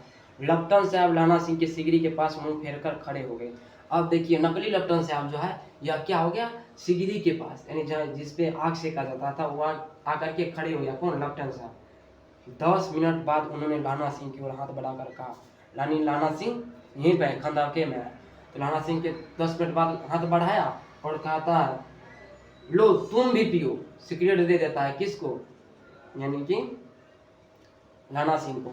तो सिख तो असली लेफ्टिनेंट साहब थे तो वह सिगरेट नहीं पीते थे। इसको शक होने लगा थोड़ा सिंह लाना सिंह को थोड़ा शक होने लगा कि ये जो है मेरा लेफ्टिनेंट साहब नहीं है। अब देखिए आगे क्या होता है। आंख मारते मारते लाना सिंह सब समझ गया। इसका मतलब चरित्र दूसरा ही था। कितनों आदमी किसी का कपड़ा पहन लेगा, चोला पहन लेगा, लेकिन अपने व्यवहार को जल्दी परिवर्तन नहीं कर पाएगा। तो इसीलिए उसका ये लेफ्टिनेंट साहब का ऐसा व्यवहार अलग ही था। तो लाना सिंह को शक होने लगा। अब देखिए लाना सिंह क्या करता है। लाओ साहब मुंह का भाव छिपाकर कहता है लाओ साहब। अब मुंह से ज़्यादा कुछ नहीं बोला, समझ गया कि ये मेरा दुश्मन है जो हमारे लेफ्टिनेंट साहब की भेष में आया है। वह कहता है लाओ साहब, यानी धीरे से बोला लाओ साहब। हाथ आगे करते हैं उसने सिगरी के उजाले में साहब का मुंह देख लिया। अब उसका मुंह भी देख लिया। नकली लेफ्टिनेंट साहब का मुंह देख लिया लाना सिंह। अब समझ गया। अब देखिए आगे क्या समझा। बाल देखे तब तो उसका माथा ठनका। लेफ्टिनेंट साहब की पटियां वाला बाल एक दिन में कहाँ उड़ गए और उनकी जगह कैदियों के से कटे हुए बाल कहाँ से आ गए? कहता है कि एक ही दिन में लेफ्टिनेंट साहब का बाल उड़ जाएगा? नहीं, जरूर ये है जो नकली या तो कुछ ना कुछ ये चापलूसी कर रहा है मेरे साथ। लेफ्टिनेंट साहब का एक दिन में बाल उड़ जाएगा? नहीं, ये नहीं हो सकता, क्योंकि सिगरी में थोड़ा ही जोता है ना। जब पूरा दिन रहता तो पूरा साफ साफ लगा देता कि ये मेरा लेफ्टिनेंट साहब नहीं, रात का है समय ना, इसीलिए जो है सिगरी में थोड़ा ही झलका। तो ये समझ गया कि लेफ्टिनेंट साहब नहीं है। शायद साहब शराब पिए होंगे। थोड़ा शक हुआ, लेकिन कहता है ओह लगता है शायद शराब पिया है साहब। लाना सिंह कहता है। पर उन्हें बाल कटाने का मौका मिल गया और कहता है कि वहीं पे जाकर के बाल कटा लिया होगा शराब पी करके। लाना सिंह ने जांचना चाहा। अब इसको शंका हो गया लाना सिंह को, तो वह जांचना चाहा। किसको? जो मेरा लेफ्टिनेंट सिंह असली में है कि ना। लेफ्टिनेंट साहब 5 वर्ष से उसकी रेजिमेंट में थे। अब देखिए लेफ्टिनेंट साहब और लाना सिंह 5 वर्ष से थे आपस में, दोनों काम कर रहे थे इससे पहले। तो कौन में मतलब कि जो 5 साल से रहेगा, सॉरी यहाँ पे क्या है, हाँ शायद शराब पिए होंगे। 5 वर्ष से उसकी रेजिमेंट में थे। यदि दोनों लेफ्टिनेंट साहब और लाना सिंह दोनों साथ थे तो उसके सब व्यवहार से परिचित थे। तभी ये जांचना चाहे कि मेरा लेफ्टिनेंट साहब है कि नहीं। अब देखिए क्या कहता है। क्यों साहब हम लोग हिंदुस्तान कब चलेंगे? अब जांचना शुरू हो गया लेफ्टिनेंट साहब का। शक हुआ तो जांचने लगा। क्यों साहब हम लोग हिंदुस्तान कब चलेंगे? लड़ाई खत्म होने पर। क्यों? क्या यह देश पसंद नहीं? अब देखिए ये कहता है, लाना सिंह कहता है कि क्यों साहब हम लोग हिंदुस्तान नहीं चलेंगे? अब जांचना शुरू हुआ तो नकली लेफ्टिनेंट साहब कहता है कि यह देश पसंद नहीं, लड़ाई खत्म होने पर तो चलवे करेंगे, लेकिन आपको पसंद नहीं लग रहा है? लाना सिंह को कह रहे हैं लेफ्टिनेंट साहब। नहीं साहब, शिकार के वे जो मजे यहाँ का याद है। पार्सल नकली लड़ाई के पीछे, यानी पिछले साल नकली लड़ाई के पीछे हम और आप जगहदारी जिला में शिकार करने गए थे। अब देखिए इसमें जांचने लगा था। जगहदारी जिला में हम और आप क्या करने गए थे? शिकार करने के लिए गए थे। हाँ हाँ। अब देखिए नकली लेफ्टिनेंट साहब क्या कहता है। हाँ हाँ वही जब आप खोते पर सवार थे। क्या कहता है? खोते पर सवार थे और आपका खानसामा अब्दुल्ला रास्ते के एक मंदिर में जल चढ़ाने को रह गया था। कहता और वही खोते पर आप जब सवार थे, वृक्ष के ऊपर खोता जो था उस पर सवार थे। यानी लेफ्टिनेंट साहब ये झूठे बोल रहे हैं, इसको पता नहीं है। बेशक पाजी कहीं का सामने से वह नीलगाय। अब देखिए राणा सिंह क्या डायलॉग मारता है, बेशक पाजी कहीं का सामने से वह नीलगाय निकली, ये ऐसी बड़ी मैंने कभी न देखा। अब देखिए क्या कहता है, सामने से जो नीलगाय निकली थी आप देखे थे लपटन साहब, वाह बहुत अच्छा था देखने में, और आपकी एक गोली कंधे में लगी और पुट्टे में निकली। कहता नकली लड़ाई में जो है हम दोनों जो शिकार करने गए थे तो उसमें जो लड़े थे नकली लड़ाई, तो आपके कंधे में गोली लगी थी और पीठ से होकर के निकल गई थी। पुट्टे मतलब पीठ होता है। ऐसे अफसर के साथ शिकार खेलने में मजा है। कहता है ऐसे अफसर के साथ, क्योंकि अफसर लपटन साहब इससे बड़े थे, लेकिन ये तो नकली है, जिसको जांच रहा है लाना सिंह, ये सब जांचाई हो रहा है उसका लपटन साहब का। क्यों साहब, शिमले से तैयार होकर उस नीलगाय का सिर आ गया था ना। क्या कहता है, क्यों साहब, शिमले से तैयार होकर उस नीलगाय का सिर आ गया था ना। राणा सिंह कहा आपने कहा था कि रेजिमेंट की मेस में लगाएंगे। क्या कहा था, रेजिमेंट की मेस में लगाएंगे। कौन कहता है इतना बात, राणा सिंह लपटन साहब को कहा। हाँ, पर मैंने वह विलायत भेज दिया। अब देखिए इसको पते ना है, ये तब तो जांच रहा है, तो ये क्या कहता है, और विलायत भेज रहा है, तो ये और जांचने लगा। तो अब देखिए इसको शौक हो गया होगा, ऐसे बड़े बड़े सिंह। अब देखिए लपटन साहब क्या कहता है, डायलॉग मारता है, जबकि इसको कुछ नहीं पता है। ऐसे बड़े बड़े सिंह 2 फुट के तो होंगे, 2 फुट के तो होंगे। राणा सिंह पूछा। लपटन साहब क्या कहता है, हाँ राणा सिंह 2 फुट 4 इंच के थे। तो तुमने सिगरेट नहीं पिया। अब देखिए अब लपटन साहब नकली लपटन साहब सोचा कि अभी जितना बात करेंगे समझ जाएगा कि ये मेरा लपटन साहब नहीं है, इसीलिए कहा कि तुमने सिगरेट नहीं पिया। बात बदल रहा है। राणा सिंह कहता पीता हूँ साहब, दिया सलाई ले आता हूँ। दिया सलाई मतलब माचिस होता है, माचिस ले आता हूँ, जिसको अपना लोग सिलाई करते हैं, माचिस ले आता हूँ। राणा सिंह का कहकर राणा सिंह खंदक में घुसा। अब उसे संदेह नहीं रहा था कि उसने झटपट निश्चय कर लिया कि क्या करना चाहिए। अब वह समझ गया कि ये दुश्मन है और लपटन साहब के भेष में आया है, अब हम क्या करेंगे। झटपट खंदक के नीचे हुआ, क्या हुआ, तुरंत गया यानी सलाई की बहाने गया। अंधेरे में किसी सोने वाले से टकराया। जैसे ही खंदक में गया कि टकरा गया किसी सिपाही से, भारतीय सिपाही से। कौन, वजीरा। राणा सिंह कहता है कौन, वजीरा। आप देखिए वजीरा क्या कहता है, हाँ क्यों राणा सिंह, यानी क्या हुआ राणा सिंह। कयामत, क्या कयामत आ गई है, जरा तो आंख लगने दी होती। और वजीरा सिंह कहता है दुश्मन आ गया है। अरे जरा सा तो सो ही रहे थे अभी। आप देखिए भाग 4 से मेरा शुरू होता है, भाग 3 खत्म हो गया, 4 शुरू होता है, क्योंकि मेरा जो है कहानी 5 भागों में बांटा गया है। होश में आओ कयामत आ गई है। राणा सिंह क्या कहता है, होश में आओ कयामत आ गई है, लपटन साहब की वर्दी पहन कर आई है। यानी लपटन साहब या तो युद्ध में मारे गए हैं या उसको बंदी बना लिया गया है। लपटन साहब की वर्दी में आया है, कयामत मतलब दुश्मन आ गई है। क्या, 100 सिपाही चौंक गया। कहता है क्या, यानी धीरे से बात हो रहा है, लपटन साहब या तो मारे गए हैं या कैद हो गए हैं, या तो मारा गया हो या कैद हो गया, इसी ने उसका कपड़ा पहन के आया है। उनकी वर्दी में पहनकर या तो कोई जर्मन आया है। कहता है कोई जर्मन आया है। राणा सिंह कहता है उनके वर्दी में कोई जर्मन आया है। सूबेदार ने इसका मुंह नहीं देखा, सूबेदार इसका मुंह नहीं देखा, सूबेदार यानी लपटन साहब का मुंह नहीं देखा, और लेकर के सिपाही लेकर के चला गया था पैर के नीचे, जो खेत वाला रास्ता जो बताया था नकली लपटन साहब, उधर चला गया। राणा सिंह तो देख लिया, जांच भी लिया, तो ये समझ गया मैंने देखा और बातें की है।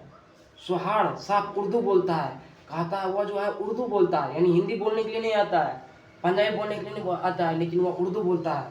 पढ़ किताबी उर्दू, और मुझे पीने को सिगरेट दिया है। कहता है कि उर्दू किताब भी है उसके साथ में, और मैंने देखा, और पीने के लिए सिगरेट दिया, क्योंकि मेरा लपटन साहब तो सिगरेट नहीं पीते थे, वह पीने के लिए सिगरेट दिया है। तो अब मारे गए, धोखा है। कहता है अब मारे जाएंगे हम लोग। राणा सिंह कहता है अब हम लोग लगता है मारे जाएंगे, इसने मेरे साथ धोखा किया है, यानी नकली लपटन साहब ने धोखा किया है, क्योंकि सब सैनिक को तो भेज दिया है उधर, बाकी हम 10 सैनिक खंदक में, अब क्या करेंगे।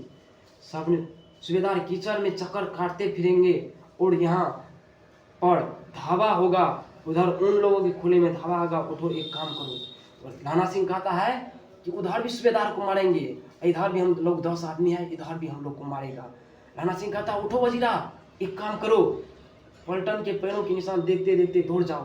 कहता है पलटन के, यानी अपना पलटन जो गया, कौन पलटन, जो पलटन को सूबेदार लेकर के गया, उसके पैर के निशान देख देख करके जल्दी से दौड़ो। कितना दूर तक गया है, अभी बहुत दूर न गए होंगे। कहता है अभी नजदीकी होंगे, ज़्यादा दूर न गए होंगे। सूबेदार से कहो कि एकदम लौटाए। उसे जल्दी को की लौटा इधर। खंदक की बात झूठ है। कहता है जर्मन जो खंदक बताया है लेफ्टिनेंट साहब वह झूठ है। उससे यह भी कह देना कि लेफ्टिनेंट साहब नकली है, हमारा यहाँ तो लेफ्टिनेंट साहब मारा गया है। वजीरा का कह रहा है कौन? सूबेदार कह रहा है, अति लाना सिंह कह रहा है चले जाओ खंदक के पीछे से निकल जाओ, पता तक न करके किसी को पता न चले, देर मत करो जल्दी जाओ, दुश्मन आ गई है, कयामत आ गई है। लाना सिंह कह रहा है वजीरा को हुक्म तो यह है कि वजीरा कह रहा है हुक्म तो यह है कि मैं खंदक में रहूंगा। अब देखिए लाना सिंह क्या कहता है, ऐसी तैसी हुक्म की, मेरा हुक्म जमादार लाना सिंह जो इस वक्त यहाँ सबसे बड़ा अफसर है उसका हुक्म है, मैं पलटन की खबर लेता हूँ। कहता है कि तेरी हुक्म का ऐसी तैसी, मेरा हुक्म जमादार लाना सिंह जो इस वक्त यहाँ सबसे बड़ा अफसर है। कहता है मैं जो यहाँ 10 आदमी हूँ सबसे बड़ा अफसर हूँ और मेरा हुक्म ही तुमको मानना पड़ेगा। जाओ मतलब कि सूबेदार को जल्दी से बुला करके लाओ, नहीं तो वह भी मारे जाएंगे, हम लोग भी इधर मारे जाएंगे। मैं लेफ्टिनेंट साहब की खबर लेता नहीं, मैं लेफ्टिनेंट साहब को देखता हूँ क्या कर रहा है। पढ़ यहाँ तो तुम 8 ही हो। यानी कहता है वजीरा कहता है यहाँ तो तुम 8 ही हो, 8 नहीं 10 लाख। क्या कहता है? 8 नहीं 10 लाख। लाना सिंह कहता है देखिए हौसला कितना सैनिक में, भारतीय सैनिक में हमेशा रहता है, चाहे वो पाकिस्तान का लड़ाई जीता हो कितनी बार, चाहे कोई भी लड़ाई जीता हो, हौसला रहता है भारतीय सैनिक को। और हौसले की बदौलत ही आज भारतीय सैनिक का पूरा विश्व में 1 नंबर का स्थान है थल सेना में। देखिए 8 नहीं 10 लाख, एक एक अकालियां सिख 1.25 लाख के बराबर होता है। चले जाओ, किसको कहता है? वजीरा को कहता है। लौटकर खाए के मुहाने पर लाना सिंह दीवार से चिपक गया। लाना सिंह आया और दीवार से चिपक गया, यानी खंदक की दीवार, मान लीजिए ये खंदक है, इसकी दीवार के नीचे चिपक गया ताकि नकली लेफ्टिनेंट सिंह न देख ले। अब देखिए चिपक गया, उसने देखा कि लेफ्टिनेंट साहब ने जेब से बेल के बराबर 3 गोले निकाले। बेल के बराबर कौन चीज होगा? बम ही ना होगा, तो बम निकाला लेफ्टिनेंट साहब। अब देखिए तीनों की जगह जगह खंदक की दीवारों को घुसेड़ दिया। अब खंदक के चारों ओर बम को रख दिया। अब देखिए ये सब देख रहा है खंदक में छिप करके लाना सिंह। अब देखिए और तीनों में से एक तार बांध दिया। तब तक में तीनों में क्या क्या तार बांध दिया, बम, तीनों बम में। तार के आगे सूत की एक गुत्थी थी जिसे सिगरी के पास रखा, यानी जलाने लगा था, यानी सिगरी के पास रखने वाला ही था कौन? लेफ्टिनेंट साहब, यानी बम विस्फोट करने वाला ही था, बम में आग लगाने वाला था लेफ्टिनेंट साहब। बाहर की तरफ से एक दिया सलाई जलाकर गुत्थी पर रखने जैसे ही रखने वाला था कौन? लेफ्टिनेंट साहब। इतना में देखिए बिजली की तरह दोनों हाथों से उल्टी बंदूक को उठाकर लाना सिंह ने साहब की कोहनी पर तान कर दे मारा, यानी जोर से लाना सिंह खंदक से क्या क्या ऐसे करके जोर से मारा। किसको? लेफ्टिनेंट साहब को कोहनी पर मारा जोर से। धमाके के साथ साहब के हाथ से दिया सलाई क्या हुआ? छूट गया। धमाके के साथ क्या हुआ? दिया सलाई वो जो माचिस था वह छूट गया। लाना सिंह ने एक कुंदा साहब की गर्दन पर मारा और साहब आंख, लाना सिंह ने एक कुंदा साहब की गर्दन पर मारा और साहब आंख। अब देखिए लाना सिंह को एक कुंदा जोर से मारा, तो जोर से जब मारेगा तो क्या हुआ? गिर गया जमीन पे कौन? छोटा जो लेफ्टिनेंट साहब था, नकली लेफ्टिनेंट साहब। और लेफ्टिनेंट साहब क्या कहता है? Oh my God. क्या कहता है? ओ माय गॉड कहते हुए चित्त हो गया, यानी चित्त का मतलब सो गया जमीन पे। लाना सिंह ने तीनों गोले बीनकर खंदक से बाहर फेंक दिया, यानी बीनकर मतलब निकाल कर, जल्दी से निकाला बम को और फेंक दिया खंदक के बाहर। घसीट कर सिगरी के पास लाया। घसीट कर सिगरी के पास कौन लाया? लाना सिंह लाया लेफ्टिनेंट साहब को, नकली लेफ्टिनेंट साहब को। जेबों की तलाशी ली, यानी जेब का उसका तलाशी किया। कौन तलाशी किया? लाना सिंह जेब का तलाशी किया लेफ्टिनेंट साहब का। 3-4 लिफाफे और एक डायरी निकाल कर उन्हें जेब से हवाले कर दिया। अब देखिए जब वो बेहोश हो गया तो 3-4 लिफाफा मिला और एक डायरी मिला। अब देखिए आगे क्या होता है। साहब की मूर्छा हटी। जब साहब बेहोश था तो साहब कुछ देर के बाद क्या हुआ? थोड़ा होश में। लाना सिंह हंसकर बोला, हा हा करके बोला, क्यों लेफ्टिनेंट साहब मिजाज कैसा है बोलिए। कौन का? लाना सिंह का, नकली लेफ्टिनेंट साहब को।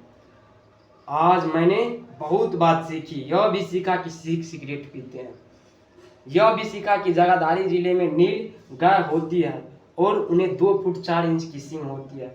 यह भी सीखा कि मुसलमान खानसामा मूर्तियों पर जल चढ़ाते हैं। मुसलमान तो मान ली मंदिर में पूजा करता है, तो क्या करता है? मंदिर में पूजा नहीं करेगा, तो पिछले बात का याद दिला रहा है।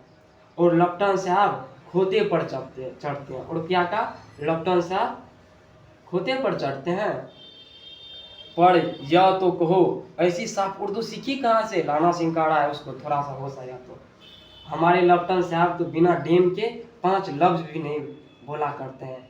वह कहता है बिना मतलब कि हमारे लेफ्टिनेंट साहब तो 5 लफ्ज भी नहीं बोला करते हैं। और जब मैं तुम्हारा जांच कर रहा था तूने इतना बड़ा बड़ा बात मार दिया। अब देखिए आगे क्या कहता है। लाना ने पलतून की जेबों की तलाशी नहीं की थी। अब देखिए लाना पिछले की जेब की तलाशी नहीं की थी। किसके पिछले जेब की? लेफ्टिनेंट साहब की जेब की। साहब ने मानो जाड़े से बचने के लिए दोनों हाथ जेब में डाले थे। इसने सोचा कि साहब जो है ना ठंडा से बचने के लिए दोनों हाथ जेब में डाला है, जिस जेब का तलाशी नहीं लिया था। लाना सिंह कहता गया, चालाक तो बड़े हो पर मांझे का लाना सिंह। अब देखिए यहाँ पे आया मांझे, तो लाना सिंह का घर कहाँ था? एग्जाम में क्वेश्चन आया है इससे पहले भी। लाना सिंह का घर कहाँ था? तो मांझे। यदि न याद होगा तो लाना में ला है, ना है लास्ट में, तो ओ नामा, तो माँ से क्या होगा? मांझे। ओ नामासी में क्या आता है? ओ नामा, मांझे। ना में ना से क्या हो जाएगा? लाना सिंह। जोड़ देंगे सभी को, लहा को जोड़ देंगे तो समझ गए। क्या कहता है लाना सिंह? कहता है चालाक तो बड़े हो पर मांझे का लाना इतने बरस लेफ्टिनेंट साहब के साथ रहा है। कहता है इतने बरस लेफ्टिनेंट साहब को साथ रहा है, लेफ्टिनेंट साहब को नहीं पहचानेगा? उसे चकमा देने के लिए 4 आंख चाहिए। लाना सिंह कहता है हमको चकमा देने के लिए तुम्हें 4 आंख होना चाहिए। 3 महीने हुए एक तुर्की मौलवी मेरे गांव में आया था। अब देखिए उदाहरण दे रहा है लाना सिंह एक तुर्की मौलवी का। तुर्की मतलब तुर्की देश के मौलवी। मौलवी कहता है मुसलमान में एक मौलवी होता है शायद, आया था। औरत और बच्चे की ताबीज बांटता था। ताबीज भी बांटता है मुसलमान, अपना लोग में हिंदू में क्या बांटता है? जंतर बांटता है, मुसलमान में ताबीज बांटता है। तो औरत और बच्चे को ताबीज बांटता था और बच्चों को दवाई देता था। चौधरी के बर्ड के नीचे मंजा बिछाकर हुक्का पीता था और कहता था जर्मन वाले बड़े पंडित हैं। यानी लाना सिंह समझा रहा है किसको? लेफ्टिनेंट साहब को। एक तुर्की मौलवी आया था उस समय, वह क्या करता था? ताबीज बांटता था। और वह पेड़ के नीचे मांझा बिछा कर यानी खटिया बिछा करके सोता था। वह क्या कहता था? जर्मन वाले पंडित है, जर्मनी वाले क्या? पंडित है। वेद पढ़ करके उसने विमान चलाने की विधिया जान ली है। क्या कहता था? वेद पढ़ करके कोई विमान चलाने की विधिया समझ जान जाएगा? या तो टेक्नोलॉजी से होगा, उस हिसाब से चला जाएगा तब ना। तो वह झूठ बोलता था। कौन? मौलवी साहब। क्या कहता था कि वेद पढ़ के क्या करे? जर्मनी के लोग क्या करने? विमान चलाने की विधिया सीख ले है। गो को नहीं मारते। कहता है गो हत्या नहीं करता है जर्मन वाले। हिंदुस्तान में आ जाएंगे तो गो हत्या बंद कर देंगे। कहता है हिंदुस्तान जब आ जाएगा ना जर्मनी वाले तो गो हत्या बंद कर देगा। मंडियों के बनियों को भगाता हुआ डाक खाने से रुपया निकालो। अब मंडियों के देखिए, अब जो डाकघर का जो था, जो सब लोग डाकघर में जुड़ा हुआ था या डाकघर की जो पहुंचाता यहाँ से वहाँ चिट्ठी पैसा उसको कहता था सरकार का राज जाने वाला। क्या कहता था? सरकार का राज गिरने वाला है। जबकि 1914 में किसकी सरकार थी? ब्रिटेन की सरकार थी। तो उस समय चल रहा भारत की सरकार नहीं थी, क्योंकि भारत जो है 15 अगस्त 1947 को आजाद हुआ। 1914 से 1928 में नहीं चला। बहुत दिन के बाद, बहुत वर्ष के बाद मेरा भारत आजाद हुआ, फर्स्ट वर्ल्ड वॉर के बाद। देखिए डाकघर रुपया निकालो, सरकार का राज जाने वाला है। डाक बाबू पोलूराम भी डर गया था। अब डाक बाबू जो पोलूराम था वो भी साला डर गया था। मान लीजिए अब डरने होगा, किसी को डरा देगा। तो ये सब क्या उदाहरण दे रहा है किसको? लेफ्टिनेंट साहब को। तुर्की मौलवी आया था, डाक वाले को भी डरा दिया था, जंतर भी बांटता था, कहा था जर्मन वाले पंडित है। ये सब कौन कर रहा था? तुर्की कर रहा था, तुर्की मौलवी कर रहा था। मैंने मुल्ला की दाढ़ी मोड़ दी। मुल्ला मतलब वो मौलवी की दाढ़ी मोड़ दी। दाढ़ी क्या क्या बना दिया, यानी जो दाढ़ी था ना इतना बड़ा, उसका दाढ़ी मोड़ दिया। लाना सिंह मोड़ दिया था अपने गाँव में, मोड़ दी थी। और गाँव से बाहर निकाल कर कहा था जब मेरे गाँव में पैर रखा तो मैं सीधे तुम्हें मार दूंगा। यानी जब मैं तुर्की मौलवी को नहीं छोड़ा, जब हमारे गांव में आया था तो यहाँ तो युद्ध में तुम हो और तुम तो जर्मन वाले हो, मैं तुम्हें भी बख्शूंगा नहीं। चालाक समझते हो अपने आप को, हमें बेवकूफ बनाते हो। आज मैं तुम्हें मार दूंगा। कौन कहता है? राणा सिंह कहता है। किसको? लेफ्टिनेंट साहब को। साहब की जेब में पिस्तौल चला। साहब की जेब में से पिस्तौल चला। देखिए पिस्तौल जो है वह जिसमें हाथ दिया हुआ था उसमें पीछे में उसका तलाशी नहीं किया था राणा सिंह। साहब जो है लेफ्टिनेंट साहब जेब से पिस्तौल चला दिया, गोलियां चला दिया। लाना की जांग में गोली लगी। इधर लाना की हेनरी मार्टिन के 2 फायरों ने साहब की कपाल क्रिया कर दी। हेनरी मार्टिन बंदूक होगा, उससे फायर जब किया तो जैसे ही लेफ्टिनेंट साहब फायर किया इधर से लाना सिंह भी फायर कर दिया। लेफ्टिनेंट लाना सिंह को जांग में गोली लग गया था। धर्रा कर सुनकर सब दौड़ गए। अब सब दौड़ गए, जैसे ही बंदूक की आवाज आया तो सब दुश्मन भी दौड़ गए। बोधा चिल्लाया, क्या है? दुश्मन भी दौड़ गए और खंदक में जो था सब चिल्लाया। अब देखिए बोधा को यहाँ तक भी ना कहा कि दुश्मन आ गया, इतना बचाना चाहा उसको, क्योंकि डर न हो जाए। बोधा सिंह चिल्लाया, बच्चा था बोधा सिंह तो अब उतना नहीं समझता था। बोधा सिंह चिल्लाया, क्या है? बोधा सिंह बोला, क्या है? लाना ने उसे यह कह करके सुला दिया था कि एक लड़का, एक हड़का कुत्ता आया था, मार दिया। यानी लाना सिंह जो जब लेफ्टिनेंट साहब आया था उस समय, तो उसको बोला था कि एक हड़का कुत्ता आया, उसको मार करके हम भगा दिए, सुला दिए। नहीं, कुत्ता आया है, कोई लोग नहीं आया, तुम सो जाओ। और जबकि उसके अलावा सब सैनिकों को कह दिया था कि हमारे दुश्मन आएंगे, लेकिन सिर्फ बोधा को नहीं कहा था, क्योंकि वो डर लगता था, डर से इधर उधर दौड़ने लगता तो दुश्मन उसको मार देता, इसीलिए वो चुप, मतलब बोधा को नहीं कहा था लाना सिंह। लाना सिंह ने साफ फाड़ कर घाव की दोनों पट्टी कसकर बांध दी। अब लाना सिंह अपने से क्या करे, साफ फाड़ लिया और पट्टी बांध ली। वह घाव मांस में ही था। अब देखिए, जांग में लगा तो मांस में लगेगा, गोली किस में लग गया? लाना सिंह को मांस में लग गया। पट्टियों के कसने से लहू निकलना बंद हो गया। अब देखिए, पट्टी जोर से कस लिया तो लहू निकलना भी क्या हो गया? बंद हो गया। उतरने में 70 जनिया, उतने में 70 जर्मन चिल्लाकर खाई में घुस गया। अब देखिए, 70 जर्मनी वालों ने खाई में चिल्लाकर क्या किया? घुस गया।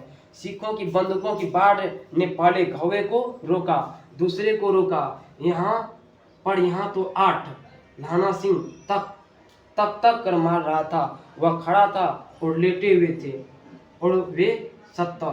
कहता है कि लाना सिंह खड़ा था और वह 70 जर्मनी वाले जो थे वह लेटे हुए थे या छिपे हुए थे, लेकिन लाना सिंह तक करके मारा था, पूरा बंदूक की बारिश कर रहा था। कौन? लाना सिंह। एक हिंदी मूवी है बॉर्डर, आप लोग देखे भी होंगे बहुत लोग, उसमें उसी का मतलब कि उसी तरह से सिख कैसे मारा जाता है उसमें बताया गया है। और असल में भी कितने सिख ने ऐसा बहुत आदमी को मारा है। सिपाही सिख जो होता है वह भारतीय फौजी, वह बहुत मजबूत होते हैं और बहुत हिम्मत वाले होते हैं। वैसे भारतीय हर एक सिख होते हैं, चाहे कोई भी धर्म से हो। अपने मुर्दों भाइयों के शरीर पर जर्मन आगे घुस जाते, थोड़े से मिनटों में वे सब क्या हो गए? अब देखिए, जर्मन वाले को मारते चला जाता था, इधर से लाना सिंह और 8 सिपाही, इधर 8 सिपाही, उधर 70, और उधर से 70 सिपाही क्या करता था? चढ़ करके जर्मन अपने भाइयों के मुर्दे पर चढ़ करके आता था। इतने में लड़ाई क्या हो गया? समाप्त हो गया थोड़ा देर में। इसका मतलब अचानक आवाज आई, वाह गुरु फतेह, वाह गुरु खालसा। ये सिख धर्म का बात है, मतलब सिख का जो है, ये सिख लोगों का आवाज है, वाह गुरु फतेह। जैसे गुरु गोविंद सिंह है तो लोग प्रमुख है तो उसी का नाम लेता होगा, वाह गुरु फतेह, वाह गुरु खालसा। और धड़ाधड़ बंदूकों की फायर जर्मनों की पीठ पड़ने लगी। सॉरी, मतलब युद्ध समाप्त नहीं हुआ था, इतना कह करके 8 सैनिकों ने तन करके धड़ाधड़ फायर पड़ने लगा। इन मौके पर जर्मन के 2 चक्की के पटौके में आ गए। पीछे से सूबेदार हजारा सिंह के जवान आग बरसाते थे। सूबेदार हजारा सिंह, अब देखिए हजारा सिंह के क्या कहते हैं उसको, इधर से जो वजीरा को भेजा था, किसको लाने के लिए? हजारा सिंह को। तो हजारा सिंह भी समझ, उधर से जब आने लगा तो समझ गया कि दुश्मन जो है ना क्या आया। मान लीजिए आपको समझाते हैं, ये है आपका जर्मन सैनिक, ये है हमारा खंदक, ये हमारा क्या है? खंदक। इधर से है हमारा हजारा सिंह। तो हजारा सिंह गया था उधर, जो लेफ्टिनेंट साहब बोला था, उधर गया था सैनिक लेकर के, जबकि यहाँ पे 8 सैनिक था। यहाँ पे कितना सैनिक हमारे खंदक में था? हाँ, यहाँ पे 70 जर्मन था, ये 70 जर्मन है, और उधर बाद बाकी जितना भी सैनिक था हमारे सब था। तो सब था तो इससे ज़्यादा होगा। तो इधर से मारते थे हजारा सिंह के सैनिक, यानी हमारे भारतीय सिपाही, इधर से भी मारते थे। तो दोनों तरफ से मारेगा तो युद्ध समाप्त हो जाएगा। और जीत किसका होगा? भारत का होगा, ब्रिटेन का होगा, फ्रांस का होगा, रूस का होगा, क्योंकि यह सब एक देश लड़ रहे थे। भारत पर अप्रत्यक्ष रूप से लड़ रहे थे, क्योंकि डायरेक्ट भाग नहीं लिए थे। डायरेक्ट इसीलिए भाग लिए थे तब तक हम लोग आज़ाद नहीं थे, ब्रिटेन के गुलाम थे 1914 ईस्वी में। तो आप लोग जो है अच्छा समझते होंगे, ऐसा नहीं कि आप वीडियो स्किप करके चले जाए सोचिएगा। मान लीजिए कि बहुत बड़ा वीडियो सीखे हैं, बहुत थोड़ा बचा, आप अच्छा से समझिए। आप यदि आधा घंटा 40 मिनट यदि वीडियो में टाइम लेते हैं तो आपका मार्क 80 रखा हुआ है, 70 प्लस रखा हुआ, 75 प्लस रखा हुआ, और जो ज़्यादा मेहनत कीजिएगा उसका 90 भी रखा हुआ है। मैं सब चीज़, ये बुक जितना भी है ये बुक पूरा पढ़ा दूँगा, और बहुत जल्दी एक दिन छोड़ करके एक दिन वीडियो अपलोड तो करूँगा, कोशिश करूँगा एक दिन रोज एक वीडियो लाओ। तो चलिए, बोधा चिल्लाया क्या है, सॉरी यहाँ पे हम लोग थे, हाँ। और सामने से लहना सिंह के साथी बढ़ रहा था, इधर से लहना सिंह वार कर रहे थे, किस पे, जर्मनी वाले पे,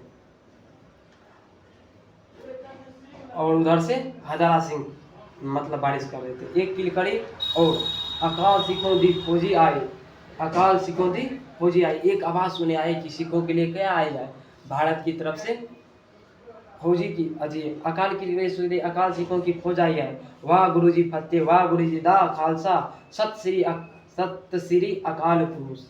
सत श्री अकाल पुरुष ये पंजाबी भाषा का शब्द है, जिसको हम लोग हिंदी में प्रणाम कहते हैं। हम सत श्री अकाल सुने हैं कितने लोगों को गाँव में जब पंजाबी फोन करते हैं कहते हैं सत श्री अकाल जी, सत श्री अकाल पुरुष यानी प्रणाम कहते हैं इसको।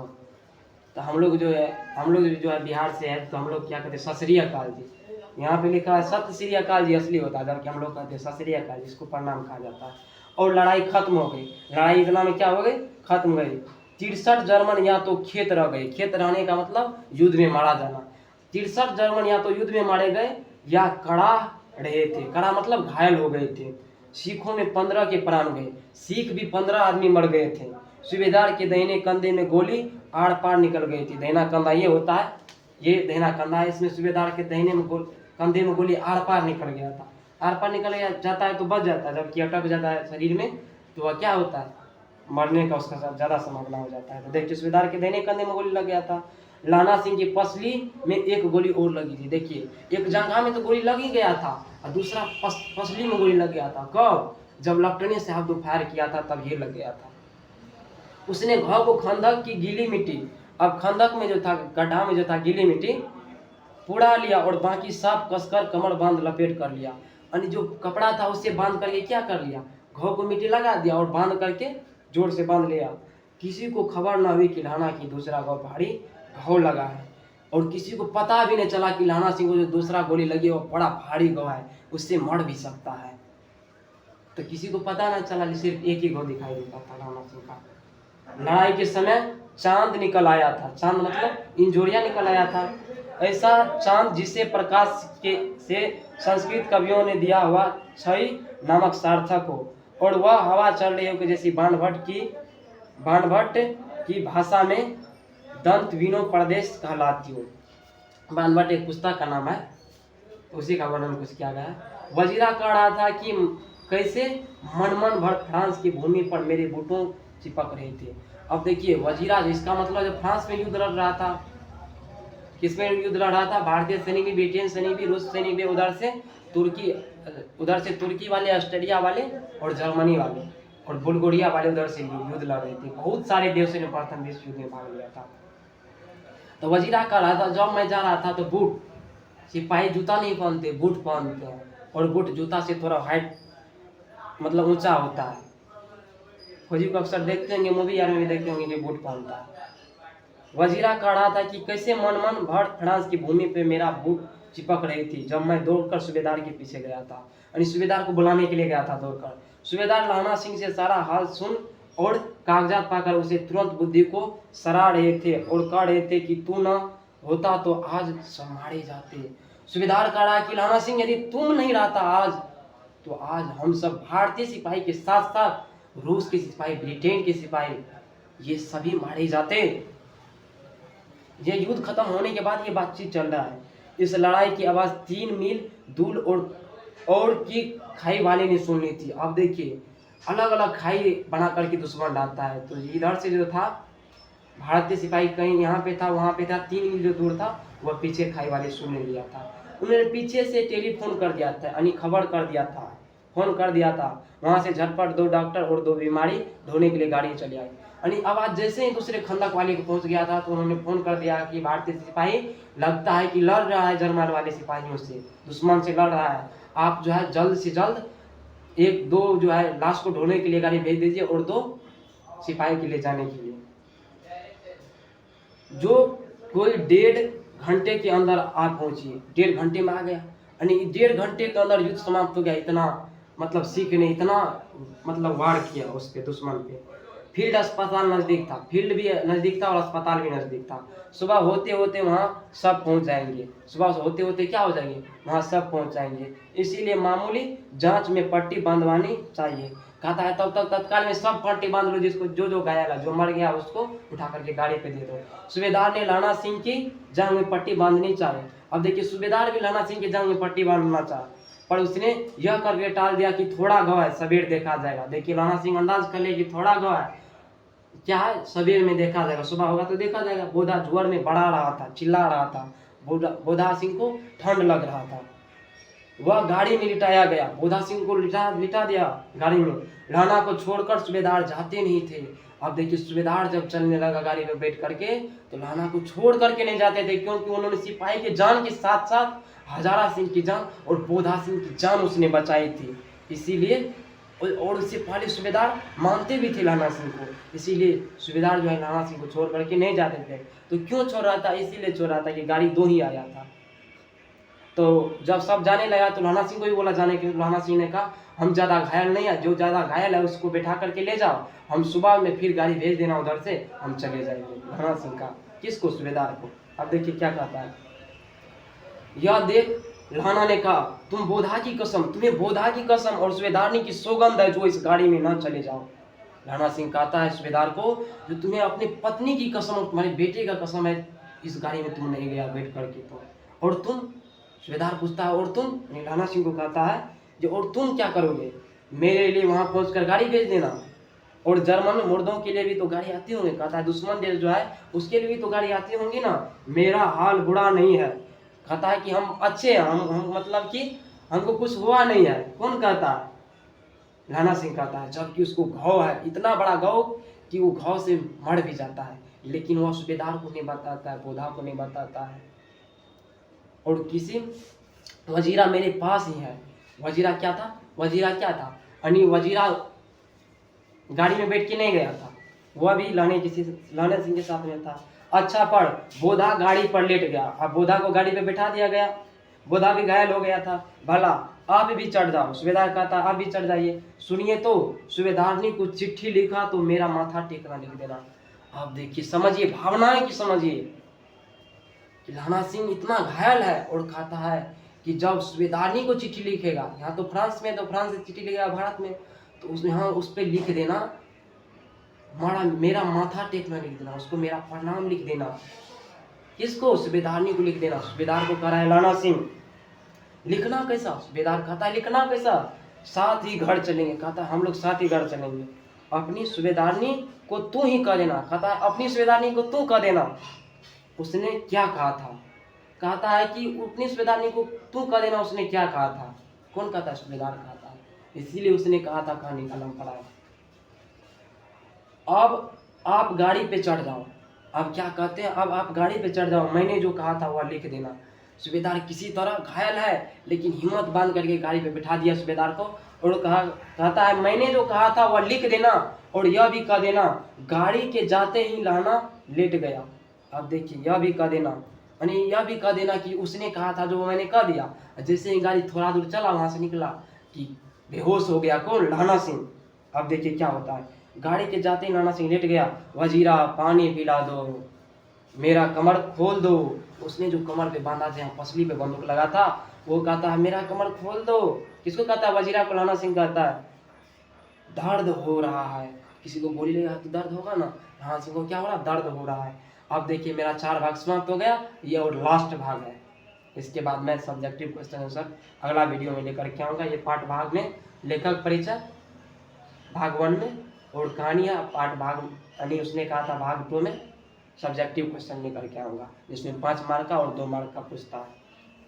तो आप अगले वीडियो को भी देख लीजिएगा। मृत्यु के कुछ समय से पहले स्मृति बहुत साफ हो जाती है। सही बात है, जब कोई मरने लगता है तो उसको करीब से जाकर के देखिएगा, वो बड़बड़ाने लगता है, वो कुछ से कुछ बकने लगता है। तो लाना सिंह भी बकना शुरू कर दिया। मृत्यु के कुछ समय पहले स्मृति बहुत साफ हो जाती है, जन्म भर की घटनाएं एक एक करके सामने आ जाती है। जितना जन्म से लेकर के अभी तक किया था सब आने लगती है। सारे दृश्य की रंग साफ होते हैं, सारे दृश्य की रंग साफ हो जाते हैं। समय की धुंध बिल्कुल उन पर से हट जाती है। कहती है ये समय जो है वो हट जाती है, सब चीज देखने लगता है, जन्म से लेकर के अभी तक जितना भी घटना हुआ वह सब चलने लगता है, स्वप्न चलने लगता है। किसके सामने? लहना सिंह की आंखों में स्वप्न चलने लगता है। और उसके पास वजीरा बैठा है। देखिए लहना सिंह 12 वर्ष का है। अब देखिए वह सपने देखने लगा बचपन का। लहना सिंह 12 वर्ष का है, अमृतसर में मामा के यहाँ आया था ना, इससे पहले कहानी पढ़ाई भाग 1 में, न सॉरी भाग 1 में है, इसे भाग 5 है, भाग 1 में पढ़ाए थे। अमृतसर में मामा के यहाँ आया था, दही वाले के यहाँ, सब्जी वाले के यहाँ। हर कहीं उसे एक 8 वर्ष की लड़की मिल जाती है। ये स्वप्न चल रहा है अभी। जब वह पूछता है कि तेरी कुर्माई हो गई तो धत कर भाग जाती है। एक दिन उसने वैसे ही पूछा तो उसने कहा था कि हाँ कल हो गई। देखते नहीं रेशम का फूलों वाला सालू। सुनते ही लहना सिंह सुख दुख हुआ, क्रोध हुआ, क्यों हुआ, ये सब चल रहा है किसके मन में? स्वप्न में चल रहा है, लहना सिंह के स्वप्न में चल रहा है। वजीरा पानी पिला, सपने भी देखता है और बीच में कहता है वजीरा पानी पिला। 25 वर्ष बीत गए हैं, 12 वर्ष में मिले थे, 12 दूना 24, 1 25 यानी 13 वर्ष बाद आज युद्ध में लहना सिंह है। और उसके बाद कभी सुबेदारनी को नहीं देखा था। देखिए 25 वर्ष बीत गया है और लहना सिंह 77 नंबर 77 राइफल्स में जमादार हो गया है। अब देखिए जमादार है, नंबर 77 राइफल्स में क्या है, लहना सिंह जमादार है। उस 8 वर्ष की कन्या का ध्यान नहीं रहा, उस 8 वर्ष की कन्या लड़की का ध्यान नहीं रहा लहना सिंह को। ना मालूम वह कब मिली थी या नहीं, ये सब स्वप्न में आने लगा। 7 दिन की छुट्टी लेकर जमीन के मुकदमे की पैरवी करने वह अपने घर गया। वह रेजिमेंट के अफसर की चिट्ठी मिले कि फौज लाम पर। कहता है कि हम जब 7 दिन की छुट्टी में गए थे घर, तो उधर से ऑर्डर आया कि फौज लाम पर जाती है, यानी युद्ध पर जा रही है। लाम मतलब युद्ध, फौरन चले आओ। यानी हजारा सिंह चिट्ठी लिखा था लहना सिंह को, जो फौरन चले आओ युद्ध होने वाली है। साथ ही सूबेदार हजारा सिंह की चिट्ठी मिले कि मैं और बोधा भी, सूबेदार उसे भी चाहता है, और बोधा भी लाम पर जाते हैं, लौटते समय हमारे घर होते जाना। लाना बोधा हजारा सिंह ने कहा था कि बोधा भी हमारे साथ जाएगा तो लौटते समय मेरे घर होते जाना, साथ चलेंगे। सूबेदार का गांव रास्ते में पड़ा था। सूबेदार का मान लीजिए कि यहाँ क्या है, ये घर है लहना सिंह का, ये घर है मान लीजिए सूबेदार का, यहाँ युद्ध पे जाना है, इस होकर के जाएगा। हजारा सिंह जब 7 दिन के छुट्टी में आया था लहना सिंह, तब तक उधर से ऑर्डर आया कि युद्ध करना है, तो इस होकर के जाएगा तो सूबेदार से मिलेगा। सूबेदार से जब मिला था तो यहीं पे अगला मुलाकात बहुत दिन के बाद सूबेदारनी से हुआ था। सूबेदारनी पहचान लिया, लेकिन लहना सिंह को नहीं जानता था बेचारा। तो सूबेदार कहा था कि यदि आएगा युद्ध पे जाएंगे तो सूबेदार मेरा हजारा बेटा सिंह भी बोधा भी जाएगा, तो तुम मेरे घर होकर के आना। तो इसी के घर होकर के लहना सिंह गया था। वह सब स्वप्न में चल रहा है, जितने भी बात हुआ वह सब क्या हो रहा है, स्वप्न में चल रहा है। अब देखिए आगे क्या होता है, आगे स्वप्न में वह क्या देखता है।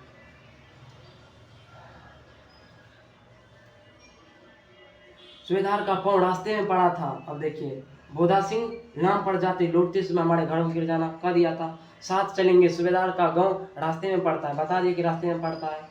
और सूबेदार उसे बहुत चाहता है, सूबेदार लहना सिंह को भी बहुत चाहता है। लहना सिंह सूबेदार के यहाँ पहुंचा। लहना सिंह जब सूबेदार के यहाँ पहुंचा, ये सब स्वप्न चल रहा है, जबकि घायल पड़े हुए लहना सिंह जब चलने लगे तब सूबेदार बड़े में से निकल कर आया। सूबेदार क्या कहता है, बड़े में से निकल कर आया, बोला लहना सूबेदारनी तुमको जानती है। लहना सिंह कहता है सूबेदारनी, यानी उधर घर से निकल के आया। और सूबेदार कहता है लहना सिंह को, सूबेदारनी तुम्हें जानती है, बुलाती है, जहाँ मिला। लहना सिंह भीतर पहुंचा, सूबेदारनी मुझे जानती है। लहना सिंह जब पहुंचा तो लहना सिंह पूछा सूबेदारनी तुम मुझे जानती है, कब से, यानी क्वेश्चन किया सूबेदारनी से। रेजिमेंट के क्वार्टर में तो कभी सूबेदार के घर के लोग रहते नहीं, कहा जब जिसमें रहता हूँ उसमें सूबेदार के कोई लोग रहते ही नहीं, रहते हैं तो वहाँ सिपाही रहते हैं, सूबेदार की पत्नी यार तो नहीं रहती है, तुम मुझे जानती हो। दरवाजे पर आकर माथा टेकना, कहा आशीष सुनी। और जब गया तो दरवाजे पर जब सूबेदारनी के पास गया तो प्रणाम किया, आशीष सुनी। लहना चुप हो गया, यानी आशीष ने कुछ नहीं बोला। देखिए आशीष ने क्या बोला, मुझे पहचाना। आशीष न देख करके सूबेदार ने कहा था, बचपन का स्वप्न चल रहा है इसको, जब युद्ध पे आ रहा था तो बचपन में ये जब युद्ध पे जा रहा था तो उस समय का याद आ रहा है लाना सिंह को। आशीष में उसने आशीर्वाद नहीं दिया था सूबेदारनी में, उसने कहा मुझे पहचाना नहीं, लाना सिंह कहा नहीं। सूबेदारनी कहता है तेरी कुरमाई हो गई, धत कल हो गई, देखते नहीं अरे रेशम का भुट्टो वाले सालू अमृतसर में। कौन कहता है? सूबेदारनी कहता है। तो अब देखिए लाना सिंह क्या होता है। भाव की टकराहट से मूर्छा खुली, करवट बदली, पसली का भाव निकला। अब देखिए राणा समझ गया कि ये सूबेदारनी है। अब देखिए इतना में क्या हुआ, करवट बदला। कौन करवट बदला? राणा सिंह करवट बदला, पसली का घाव भाव निकला, पसली का घाव भाव निकला, यानी पसली में जो घाव था उससे खून बहने लगा काफी लाना सिंह को, क्योंकि मूर्छित था बेचारा। वजीरा पानी पिला, उसने कहा था, बार बार आ रहा है, वजीरा पानी पिला, उसने कहा था। उसने क्या कहा था? उसने कहा था कि मेरी पति और मेरे बेटे बोधा सिंह की रक्षा करना। स्वप्न चल रहा है, सूबेदारनी कह रही है मैंने तेरे को आते ही पहचान लिया था। सूबेदारनी कह रही है कि तुझे मैंने आते ही पहचान लिया। एक काम कहती हूँ, मेरे तो भाग्य फूट गए। सरकार के बहादुरी का खिताब दिया है। सरकार जो मेरे इतने बेटे जो है, 4 बेटे मारे गए, उसमें मेरा खिताब भी जीता है, खिताब दिया है, और लायलपुर में जमीन भी दिया है। कहता है इस हौसले से मेरा बेटा और लड़ा कि लायलपुर में जमीन भी दिया है। पहले के ज़माने में जमीन भी दिए जाते थे यूज करने के लिए सिपाही को, और बड़े बड़े पद पे प्रमोशन भी किया जाता है जब अच्छे होता है। उसका बेटा भी, जैसे मान लीजिए किसी का पिता यदि हो जाए तो उसका बेटा भी फौज में लिया जाता था पहले। आज नमक हलाली का मौका आया है। क्या कहता है? सरकार जो है बहादुरी का खिताब दिया है, नमक हलाली का मौका आया है, पर सरकार ने हम टीवियों की घड़ियां पलटन क्यों न बना दी। क्या कहता है? सरकार हम तीनों को पलटन क्यों न बना दिया। सरकार अनीस सूबेदारनी बोल रहा है लाना सिंह को, जब आ रहे थे तो कह रहा था कि सरकार जो है हमें भी क्यों न सिपाही फौज में भर्ती कर लिया, क्योंकि हम जब मरते तो बोधा सिंह मेरा पति हजारा सिंह और मैं साथ ही साथ मरता। आज तो मेरा क्या होगा, मैं अभागिन हूँ। लाना सिंह से कह रही थी इससे पहले युद्ध के समय में, जो मैं भी सूबेदार के साथ चली जाती। एक बेटा है फौज में भर्ती हुए उसे 1 वर्ष हुआ। कहता 21 साल बोधा सिंह को भर्ती हुए हुआ है। उसके पीछे 4 और हुए पर एक भी नहीं बचा, यानी 5 बेटा हुआ, उसमें 4 और हुए, चारों फौजी में भर्ती थे, 4 का 4 मारा गए, एक बेटा बचा है। सूबेदारनी रोने लगी। जब आ रहा था लाना सिंह उसके घर से, सूबेदारनी इतना कहा करके रोने लगी।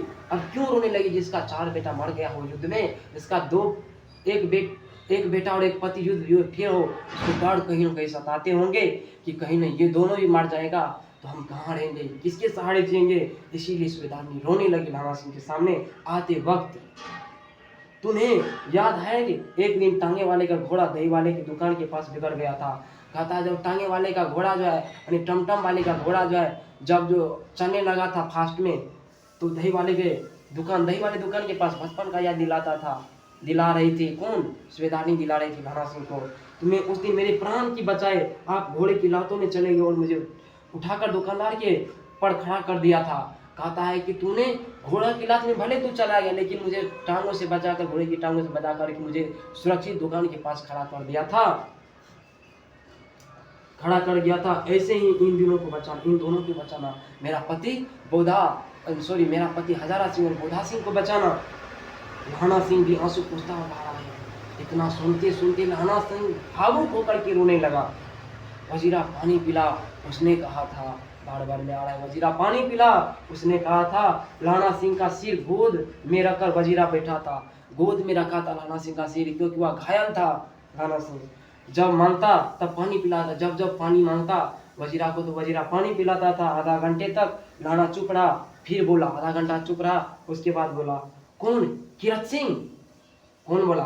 लाना सिंह बोला अपने भाई को, किरत सिंह, जबकि वजीरा के गोद में है, लेकिन उसका ख्वाहिश था कि मैं मरूंगा तो किरत सिंह के गोद में मरूंगा और मैं आम के नीचे मरूंगा जिसे लगाया था।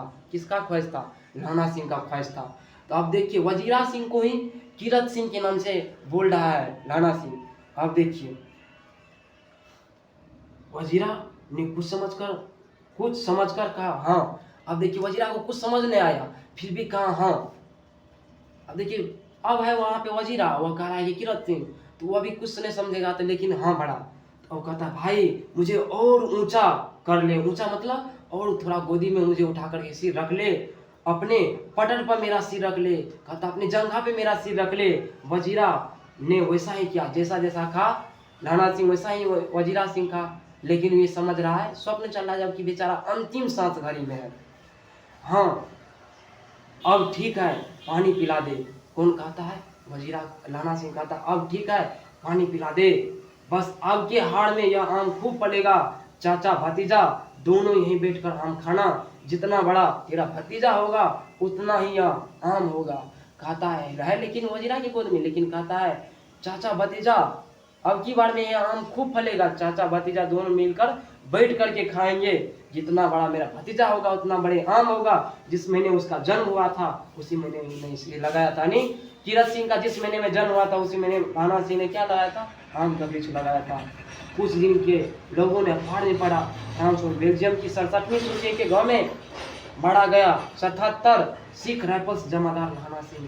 कुछ देर के बाद लाना सिंह का क्या रिपोर्ट आया कि 67वीं सूची मैदान यानी फ्रांस में माड़ा नंबर 77 सिख राइफल्स जमादार लाना सिंह 77 नंबर 77 का जमादार जो था वो मारा गया है। अब चलिए इसमें हमारा कितना क्वेश्चन है? 11 को क्वेश्चन है। इसका मैं अलग, ये वीडियो लंबा हो जाएगा, इसके लिए मैं उसने कहा था भाग 2 लाऊंगा और प्रत्येक कहानी का भाग 2 इसीलिए लाऊंगा क्योंकि वीडियो लंबा हो जाएगा। एक में लेखक परिचय दूंगा और दूसरा में कहानी या निबंध जो भी होगा पढ़ाऊंगा और भाग 2 में क्वेश्चन आंसर। कहते हैं कि रख हौसला वो मंजर भी आएगा, प्यासे के पास चल के समंदर भी आएगा। रख हौसला वो मंजर भी आएगा, प्यासे के पास चल के समंदर भी आएगा। थक कर ना बैठे मेरे मंजिल की मुसाफिर, मंजिल भी मिलेगी और मिलने की मजा भी आएगा। आई होप आप इस वीडियो को समझ गए होंगे। मिलेंगे नेक्स्ट वीडियो में, तब तक के लिए धन्यवाद। और इसके साथ इसका अगला वीडियो पार्ट भाग एक क्वेश्चन आंसर समाप्त करने के बाद अगला वीडियो संपूर्ण क्रांति का लाऊंगा। और इससे पहले जो आप पिछला वीडियो नहीं देखे होंगे बातचीत, वह भी देख लीजिएगा क्योंकि ये जितने भी बुक में होगा मैं प्रत्येक दिन कोशिश करूंगा कि 1 या 2 वीडियो आप लोग को आ जाए, क्योंकि आप लोग के पास उतना समय नहीं है। और आप उन दोस्तों को जरूर शेयर कीजिएगा जो आपके क्लास में पढ़ते हैं, क्योंकि सबकी मनोबल रहता है कि मेरा अच्छा रिजल्ट आए। और कहता हूँ 100 मार्क की हिंदी है, इसने सोचा ना कि मेरा हिंदी मुझ से चलाया जाएगा, उसको बाद में पता चलेगा। उसके बाद में मुलाकात कीजिएगा कि हिंदी में 100 मार्क कैसे आ जाता है। संक्षेपण पढ़ना पड़ेगा, गद्यांश पढ़ना पड़ेगा, पत्र लेखन पढ़ना पड़ेगा, पदवन पढ़ना पड़ेगा, सर्वनाम पढ़ना पड़ेगा, संज्ञा पढ़ना पड़ेगा, कारक पढ़ना पड़ेगा, पर्यायवाची शब्द पढ़ना पड़ेगा, उल्टा शब्द पढ़ना होगा, बहुत सारे शब्द पढ़ना होगा। व्याकरण मैं पूरा पढ़ाऊँगा और हिंदी भी पढ़ाऊँगा। आप मेरे पूरे वीडियो को देख लीजिएगा, आपकी समझ में आ जाएगा और आप 80 आराम से प्लस ला सकते हैं। और मैं आपसे कहना चाहता हूँ कि आपकी माँ पिता आपको पढ़ने के लिए भेजाएंगे, आप इसीलिए आप जो है मोबाइल पे थोड़ा कम ध्यान दीजिए, आप एग्ज़ाम पे फोकस कीजिए। यदि कल होगा आपका अच्छा रिजल्ट, आप दोस्त को भी कहिएगा कि मेरा अच्छा रिजल्ट आया। यदि कोई पूछेगा तो ये नहीं शर्म से मोड़ी झुका लेना है, कम से कम तो फर्स्ट डिवीज़न लाओ। आपके माता पिता आपके लिए बहुत सारे काम करते होंगे, आपको खेतों में काम करते हैं, किस तरह से काम करते हैं आप जानते होंगे। और आप पढ़िएगा तो हमें नहीं काम दीजिएगा, आप अपने लिए काम दीजिएगा आगे चल करके। तो चलिए अब मैं ज़्यादा बात नहीं करना चाहता हूँ। अब भाग 2 का भी वीडियो सब्जेक्टिव का देख लीजिएगा और उन दोस्तों से ज़रूर शेयर कीजिएगा। और सर को ही बता दीजिए, आप जिस सर के पास पढ़ते होंगे उसको बता दीजिएगा कि यूट्यूब पर फ्री क्लास हिंदी का है, सर आप जो है पूरे स्टूडेंट को कर दीजिए जहाँ भी आप पढ़ते होंगे। धन्यवाद, मिलेंगे नेक्स्ट वीडियो में।